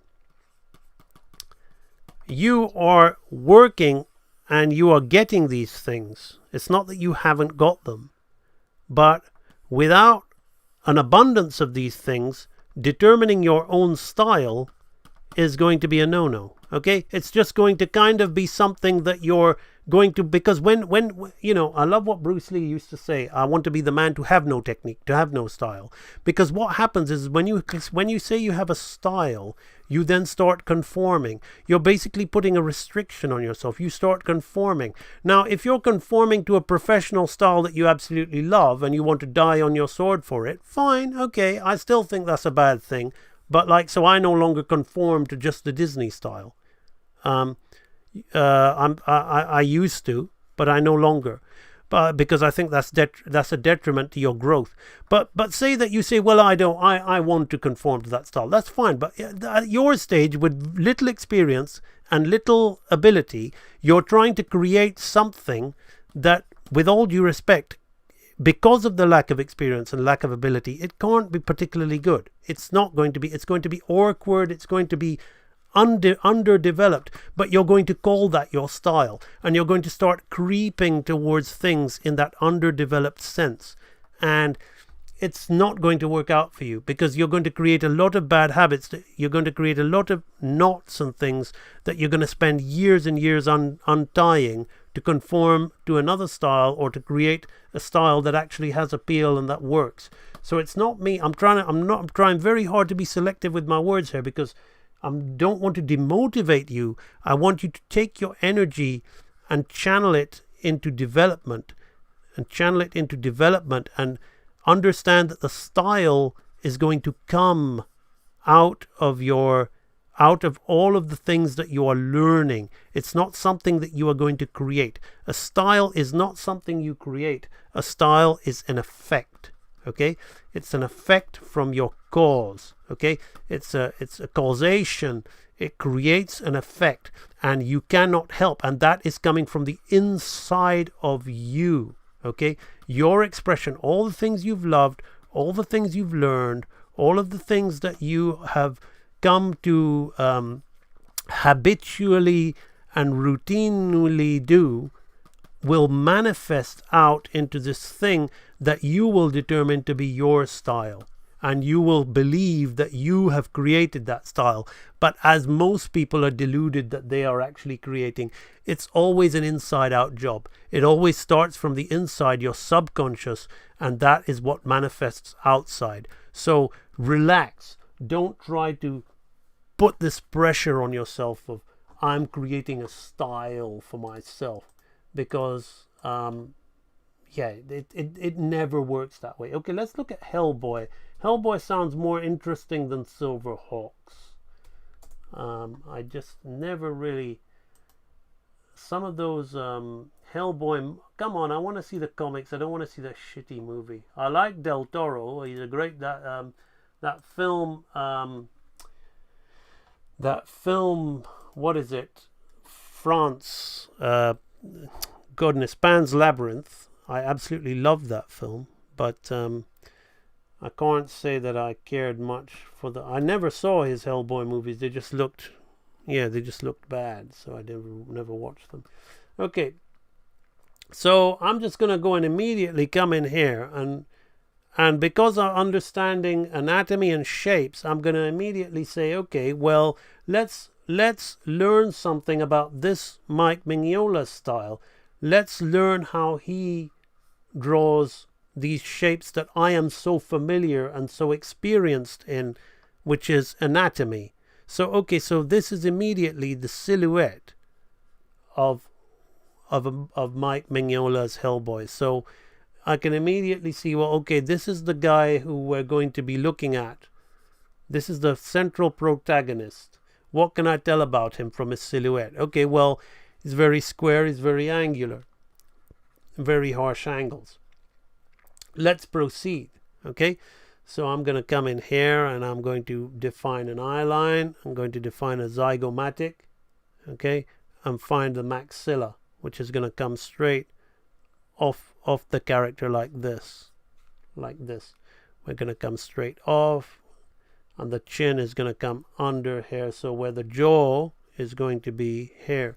So I know, again, from knowing all this, so then from this line here, we're going to have these kind of shapes coming off the side of the character's jaw, which I don't really know what they are, but let's proceed. I'm just looking at his construction. He's got a long foremouth and a little kind of nose that's kind of coming in underneath, and under his eyes is where his eyes are going to be like 1-2 eye widths apart. We're going to have his eyes up here, and his zygomatic, which is in line with that zygomatic. So all the anatomy adds up. This is a nice drawing, actually. So then his eyes are going to be in there like that. Now he's got these kind of squared off horns, okay, which he's really kind of played with the harshness of them. Okay, I love the shading. If I'm gonna take away anything from this, I'm gonna take away this harsh shading style that we have here. So I know that Atlantis, the Lost Empire, they claim that it was based on Mike Mignola's. I guess they used the harsh shapes, but it doesn't really look like this. I guess there's a bit of Rorik in this. I can see a bit of the Captain or General Rorik or whatever is. So the neck now comes under here, and we've got an ear which sits in here like this, and then from here coming in line with this chin, we've got the collar which is going to kind of sit here, and we're going to square off inside the collar. Lovely, like as I said, it's the square way of drawing is always easier. It just looks nice. So that's why I know, Kevin Silver, you've taken to the square style, because as a beginner, you're finding it easier to find your shapes. That's a good thing to do. That's a good thing to do. But you don't want to determine your style. I'm not saying that you're doing this, but you don't want to determine your style because of your present state and ability. You're finding it easy to do things in a certain way that is, when you get more skill, you'll find that you don't have to be so square and so graphic, because the more skill you have, the more ability. So again, we have these shapes, and I'm gonna build these kind of like tears and rips around the character, but again, he's just making graphic shapes and he's making tears and rips around. Okay, so that's basically the rough construction. Now I'm gonna go in and let's go in and let's draw the character. Okay, so we're gonna define this guy with shapes of shadow is super important. So we've got our eye shape, which is gonna come like this, and then we've got a big graphic shape of shadow for his eye, which is gonna come around. I'm not gonna put the little cuts and dinks because they seemingly appear complex, but you see this is in line with the end of the eye, so he's probably saying, okay, I'm going to put one at the end of the eye and I'm going to put one at the beginning of the eye. So he's obviously got his formula for where to put these marks and things to create the character. So you see, the only reason I know that, Kevin, is because of I was having that little talk to you about experience and character construction. You see, this is something, again, which I must stress. Again, a lot of people who don't understand the power of Walt Disney drawing, Walt Disney draftsmanship of the original. It's the highest possible thing. If you can do the classic Disney, you can pretty much do anything, because we are shape masters. We can move and manipulate characters in any angle, doing anything we want. We have no fear, as I exhibited with that dialogue thing, of, we can just rough something out and very happily draw whatever character, whatever on top, because we understand the style, we understand the shapes and all that, and the formula for construction. So as I'm looking at this Hellboy thing, okay, like the maxilla, he's dividing in half, and that's all going to be in shapes of shadow. So as I'm drawing it like this, once I start blacking in these shapes, you're going to see the character's identity is going to really pop in. At the moment, you're seeing me draw the character in line without the shapes.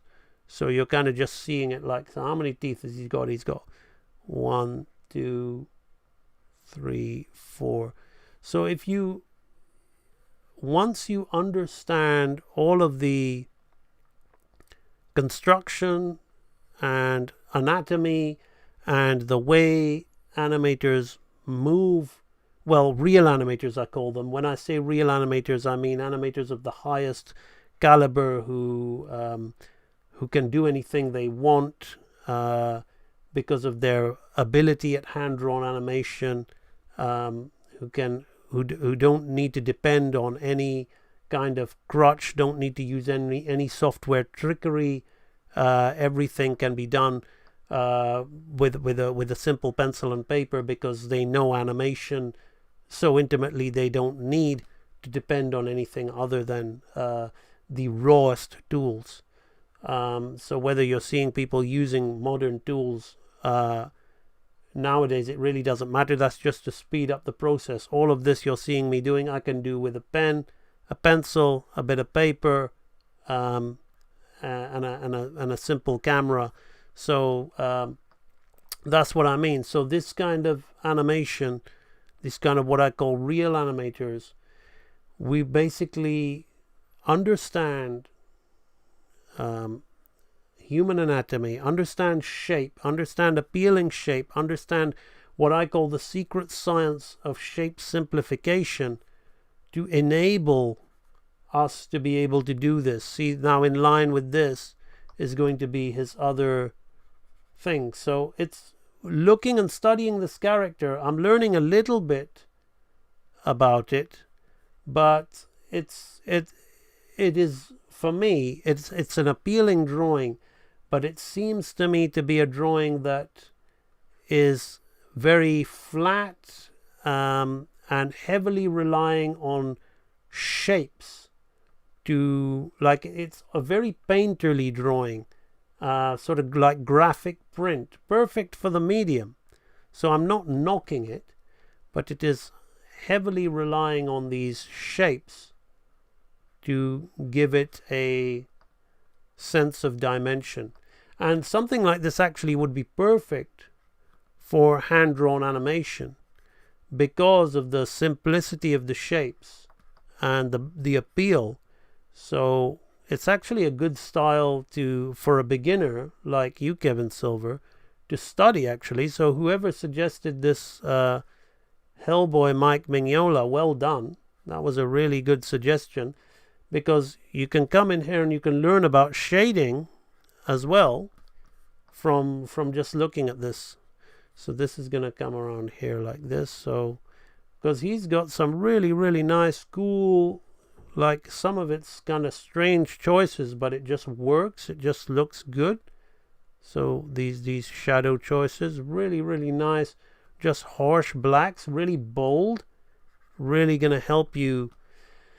But at the same time, Kevin, like I did give you a little talk on the group review that I think you do want to move away from just all this flat graphical shape. Don't try to use that you're looking for a style to mask, to inhibit your development. I'm not saying that you're willfully doing that, but every piece of shading or thing that you're posting now for your anatomy studies, you're doing this strange thing of like making these flat shapes where you're not engaging with the contour of the model that you're studying. You're not you're kind of like, it's okay to do things graphic and to make a stylization of things, but when you're learning, you need to study and you need to develop the ability to be able to draw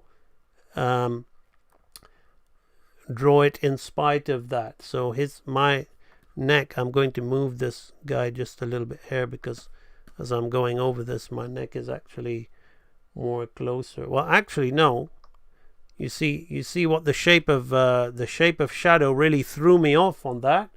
There's a big black shape of shadow here like this, so I was kind of right. So he's hefty, big black shape of shadow. I'm not going to copy all of this shape of shadow because I think it is just becoming just the sake of just eyeballing, copying.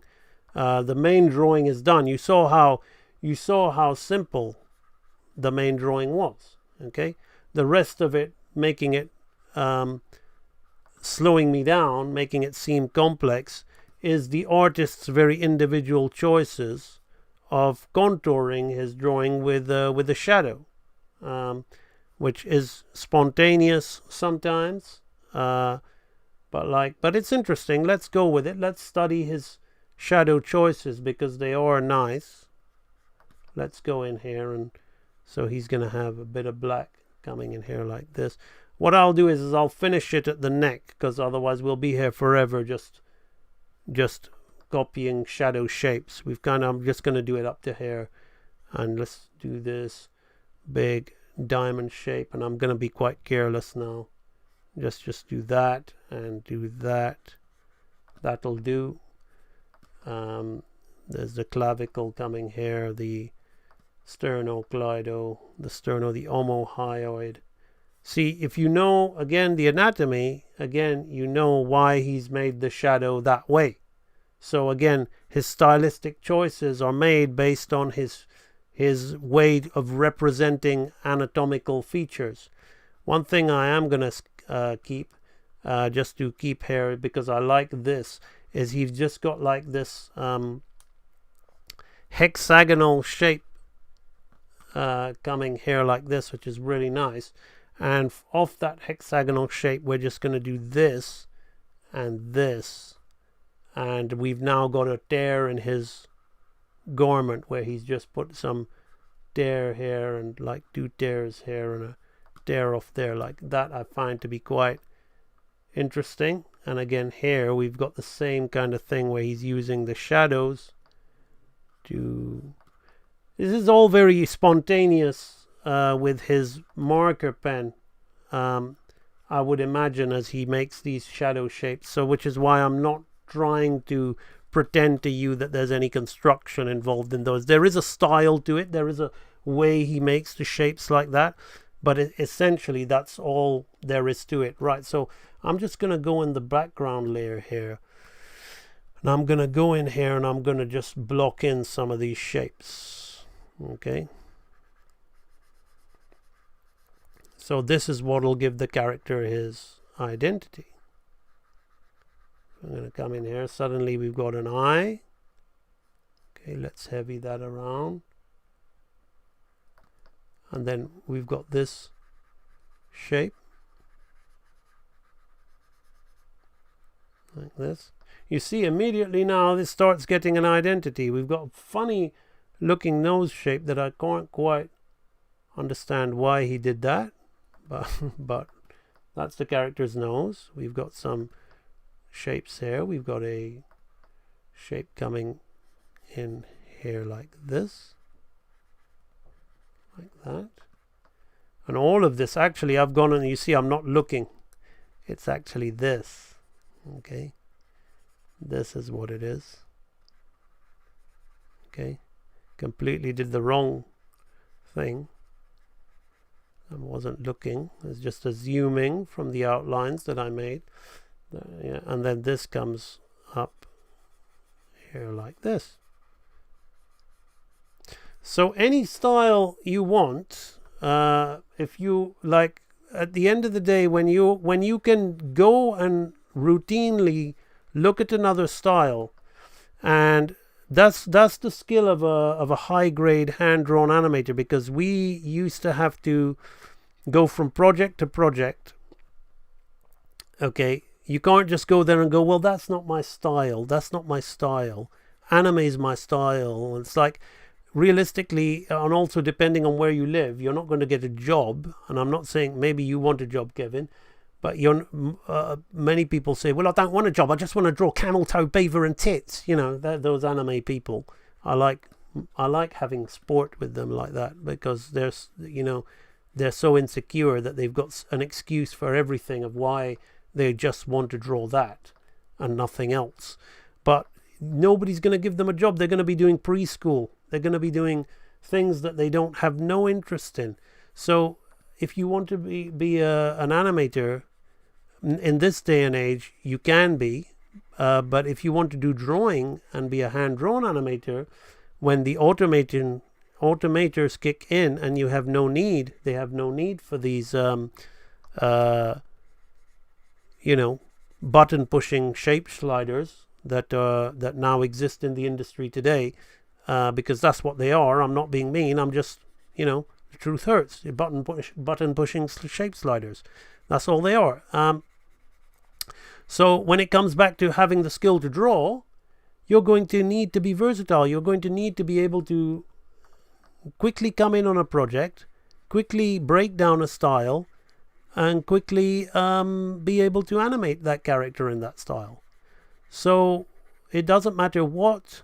That's why I always like to do these breakdowns. Some people just like to enjoy watching me drawing their favorite character. Oh, AMB drew Hellboy, yay, But the real reason I do it is to show the versatility that's expected of you. I want you to think about yourselves and say, am I that versatile? Can I quickly look at a character and make a perfect or 90% rendition of that character from the get-go? You see, I've hardly put a single line in the wrong place here. And again, I'm not saying that to try and go, look at what I did. I made a perfect copy of a drawing from the internet, mate. I'm not saying that. I'm illustrating the command of style. I'm setting the example so that you understand. Now, this is going to come up here. I made a perfect drawing of the internet, mate. Now I've screwed up on this one. I'm just going to do that, okay? So I'm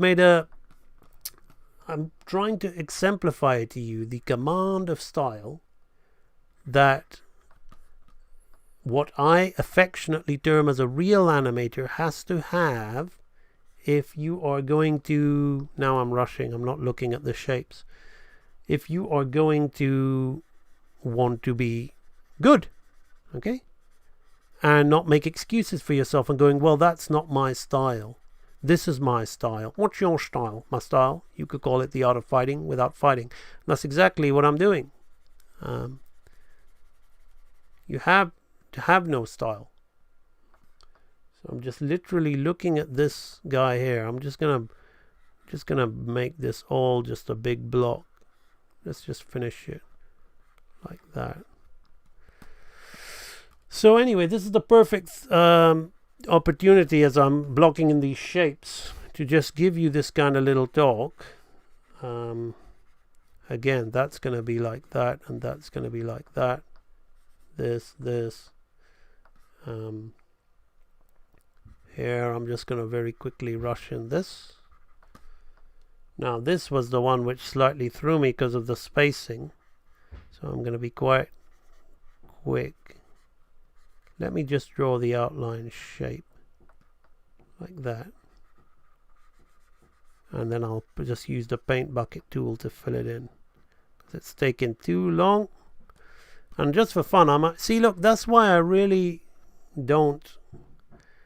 I mean, whatever Storyboard Pro. Like, I'm sure... Like, let's try the paint bucket tool again. See, now you probably know why I'm not using the paint bucket tool. Because it takes longer. Like, people would say, does AMB know about the magic wand? Does AMB know about this? It just takes longer. It's just fucking shit. That I've always found the software only speeds me up for saving time on scanning my drawings, filming my drawings, getting them into the machine. But for the actual drawing purposes, all these little tools that they've devised to make things faster for me, with the exception of being able to change my color, it's a fucking... I find it just... it slows me down. It doesn't speed me up in any way. It's just irritation, because when I try to use it, it doesn't work, and it just makes me in a negative vibration. It just makes me go, fucking shit. Fucking... Like a real Cockney, mate. Cockney Englishman. I fucking told you to do it. I pushed the fucking button, didn't I, mate? That's what it turns me into when I use... You start hearing me curse a lot. That's software. I love it, but when I try to use it for some of the things that are actually to speed the drawing and coloring up, it doesn't really do it. So that's why I stick to that. Okay, well, there we are. That is, and just for fun, what I'm going to do is I'm going to add a new vector layer. And but I haven't given him a heavy outline. But I'm just going to do this. Oopsie, I forgot to do that. I'm having fun now. It's just because it's such a simple thing to do, to just red him in. Obviously his eyes are going to be a different color to that red. So why not? Why not red this guy in? Now that shirt's a different color, but we'll just red all of that, and then I'll color over that with whatever color that has to be. Oh my goodness. We want to take that red. See, I'm not going to swear. I'm not going to tell you, I did it, didn't I? You know, I'm going to do that. Yeah, there we go. And then we're going to get the yellow. I'm going to do this. I'm going to get the white. I'm going to do this. There we go. And this is kind of like an off blue.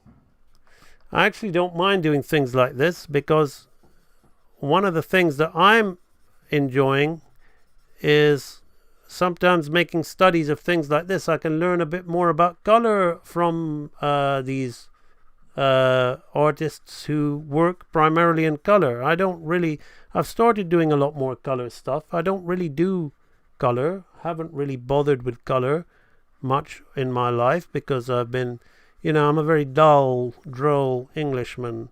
I don't do color.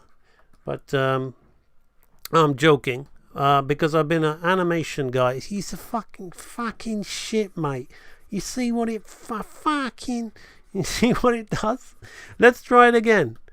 Oh, yes, it actually got something out of it. There we go. Right, so I'm going to do that. And then here we're going to use a off-white kind of, let's bring a dim that. I want to dull that color just a bit more. Let's use a kind of grayish thing like that. Now I'm having too much fun with just coloring this guy in. So there's nothing to be learned from this other than just watching me indulge myself coloring this guy in, to be very honest with you. But what the heck, I'm going to do it because I want to. Let's get that red. Let's get this in here like this. Yeah, I enjoyed doing this Hellboy character, as you can tell.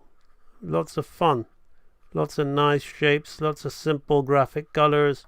Quite easy to make a graphical representation of him. Let's just do that.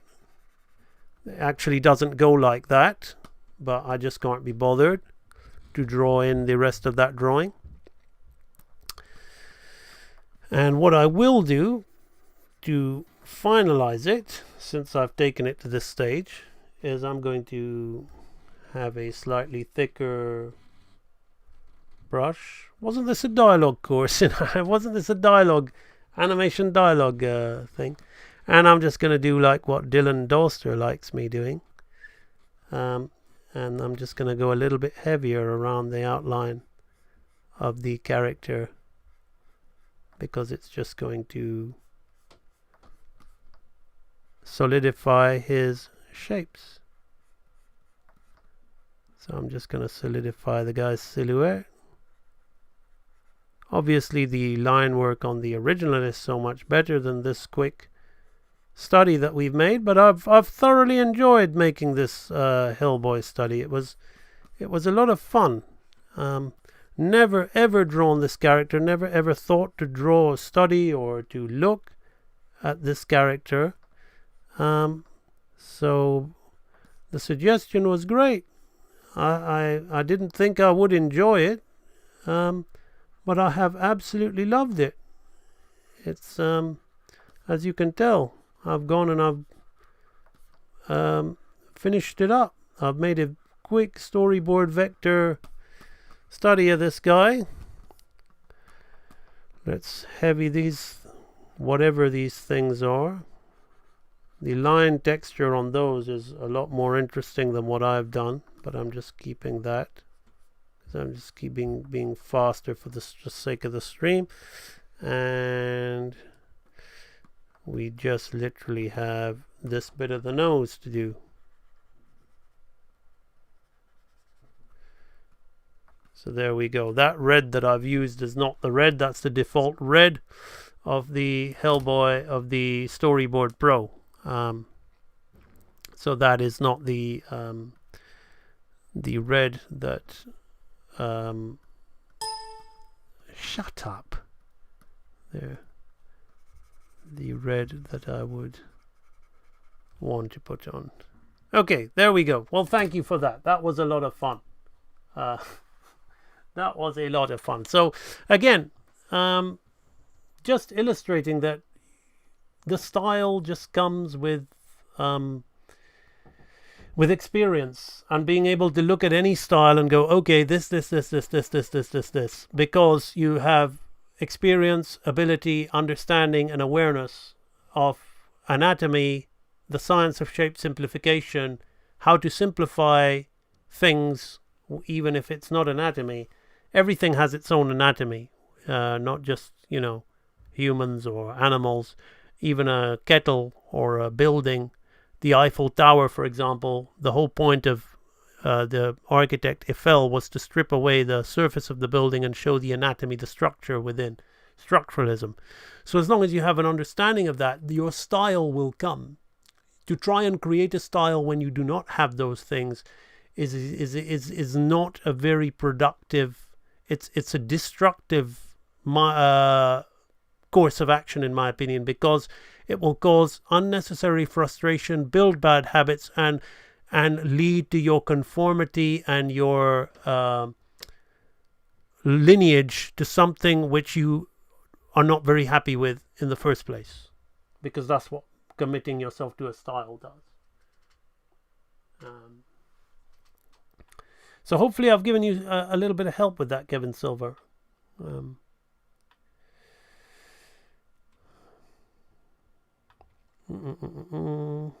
Mahorshi Gautam, most of us do not realize that we aren't doing it in a Western way, and we wonder what. I understand.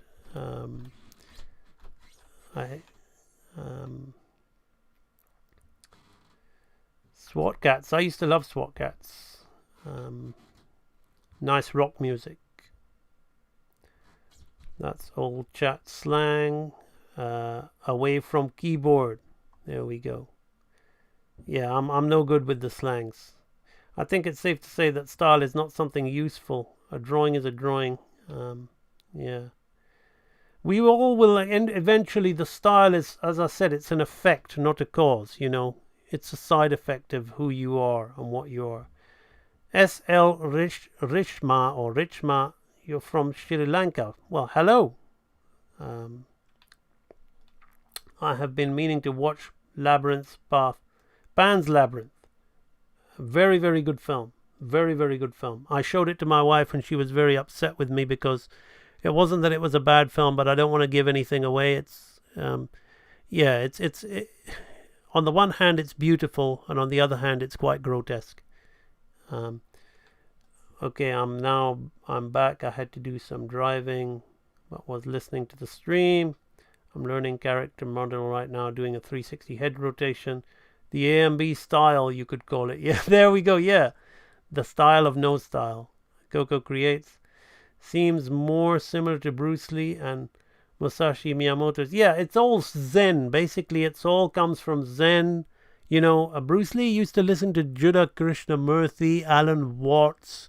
He used to read books by Think and Grow Rich, Psycho-Cybernetics, the New Thought movement. All of it comes from mixing of Christianity with Hinduism and Buddhism and all these philosophies. Ultimately, it's everybody is searching for a certain truth, but I like this to have no style, because a style is a crystallization of an idea, and when something crystallizes, it stands still. It can never evolve, it can never develop, it can never go further. And that was Bruce Lee's problem with the martial arts, which is why many people call him the father of MMA. I think that's an insult, because MMA is a competitive sport, and Bruce Lee was about pure raw expression of the martial arts, pure growth by creating an MMA and saying mixed martial arts. Well, how many martial arts are you going to mix? It's still a new style. So that his whole thing of Jeet Kune Do, the way of the intercepting fist, even he objected to that being called a style. So it's a pure philosophical standpoint to have. And it goes beyond anything, not just martial arts. It's art, expressionism, everything. And it all comes from Zen or Buddhism. Be the mirror, reflect, be open and reflect and understand the things. So you're reflecting everything that is within you. So now I have absorbed some of Mike Mignola, very little. This is probably the only Mike Mignola drawing I can foresee myself ever doing. Maybe I might do it another time or what, but I've absorbed something from it. Maybe that might end up in my style. It's a little bit early to say because you have to do things repetitiously for them to sink in. I love it when you curse in that accent. Recognizing that sticking to an unchanging style inhibits flexibility. Yeah, I always felt kind of lost with that because mine kept changing. But I know now that it's because I'm still learning. Yeah, and my style is going to keep changing. Just look at the Groundhopper. Look at how he has changed in 3 short years. Started streaming 2 hours ago. Man, I need to wake up earlier. It's all that late night patchwork quilt building. And so you should. And paper and mache puppets.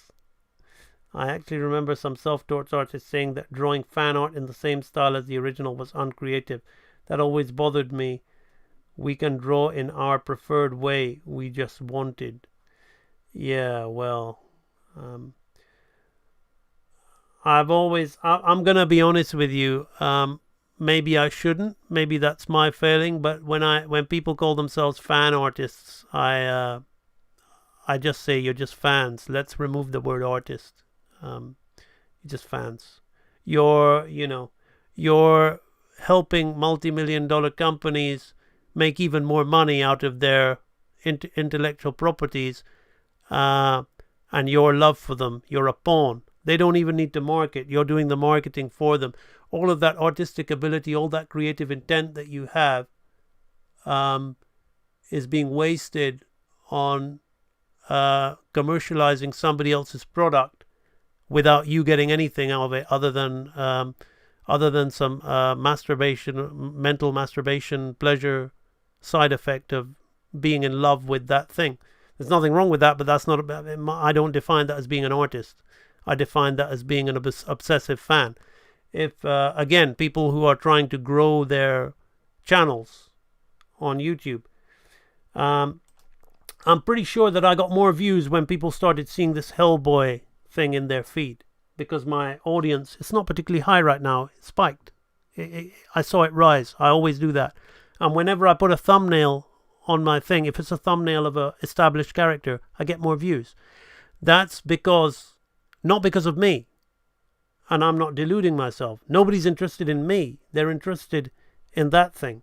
And the fan artists, or the obsessive fan people who like to draw, let me just call them that, they don't necessarily understand, or they are delusional to the fact that they think that people are really into their art.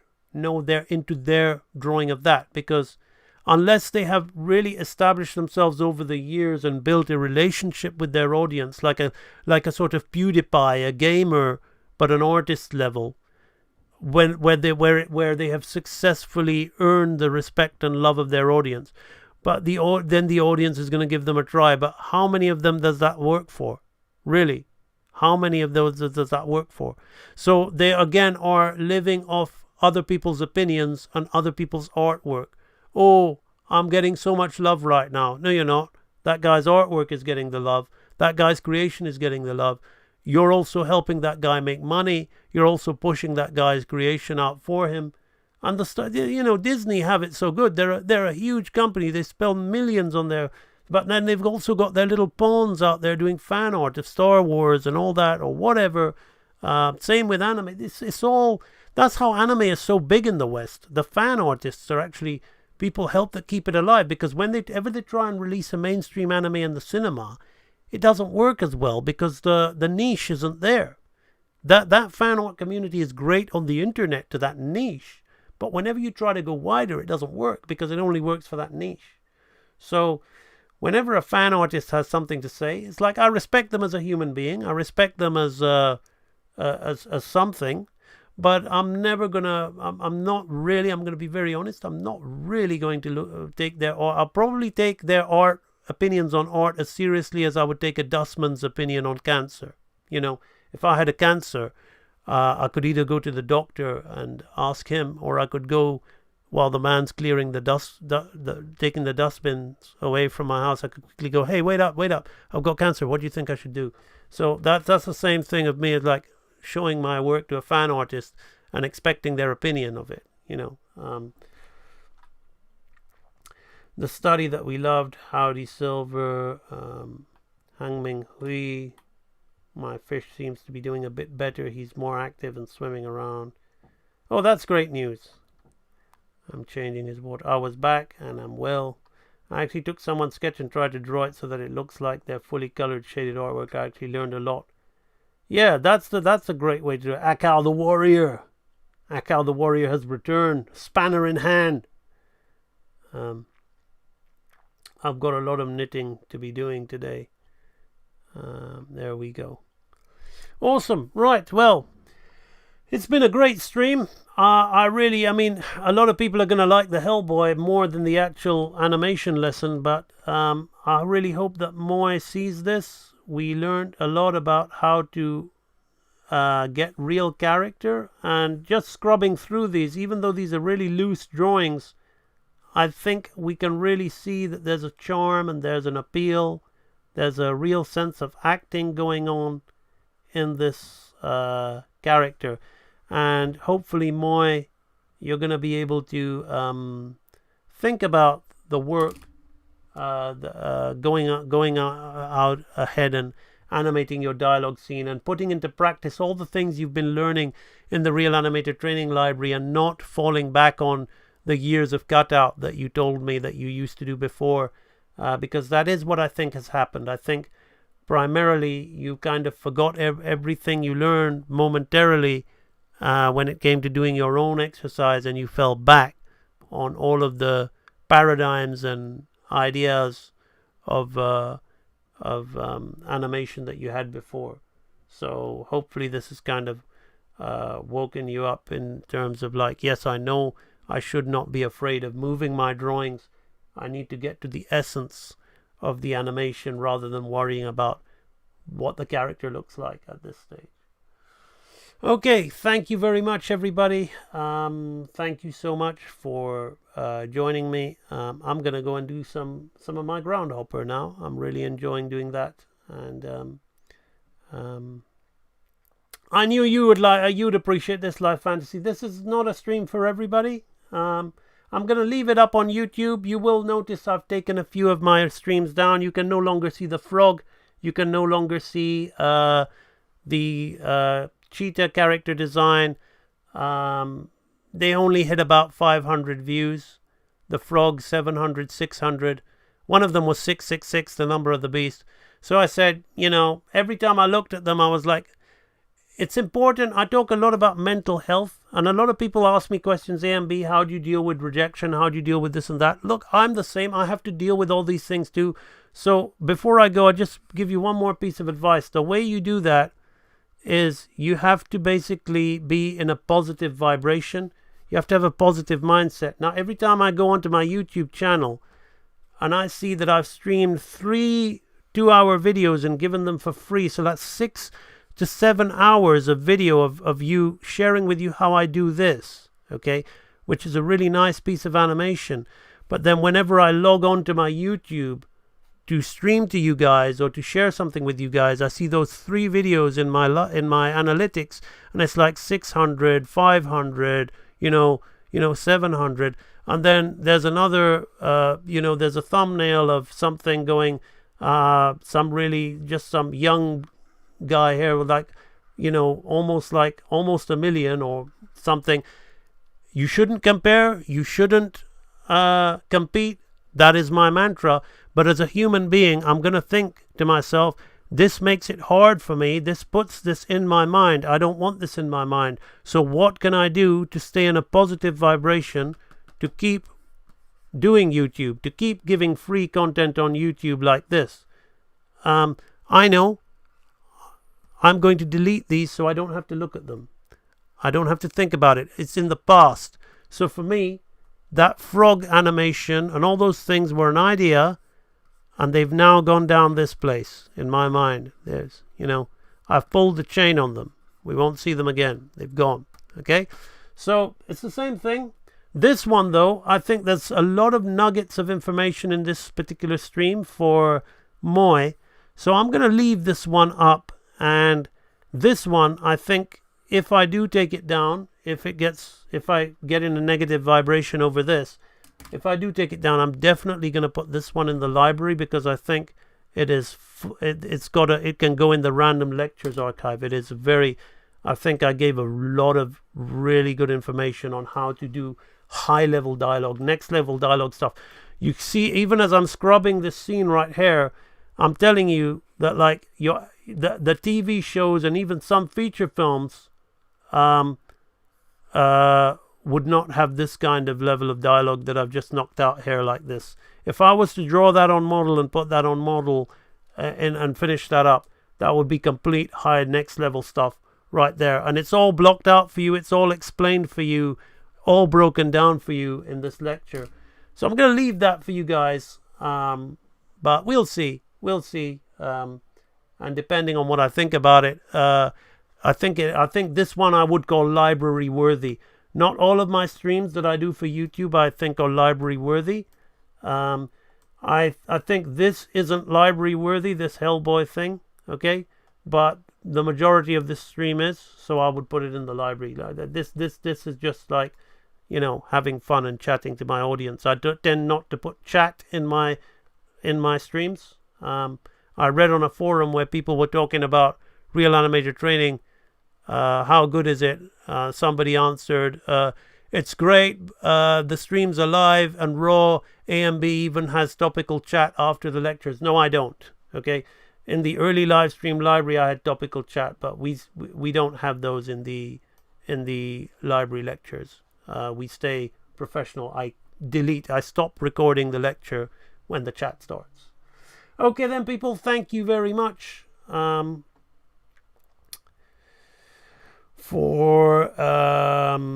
666.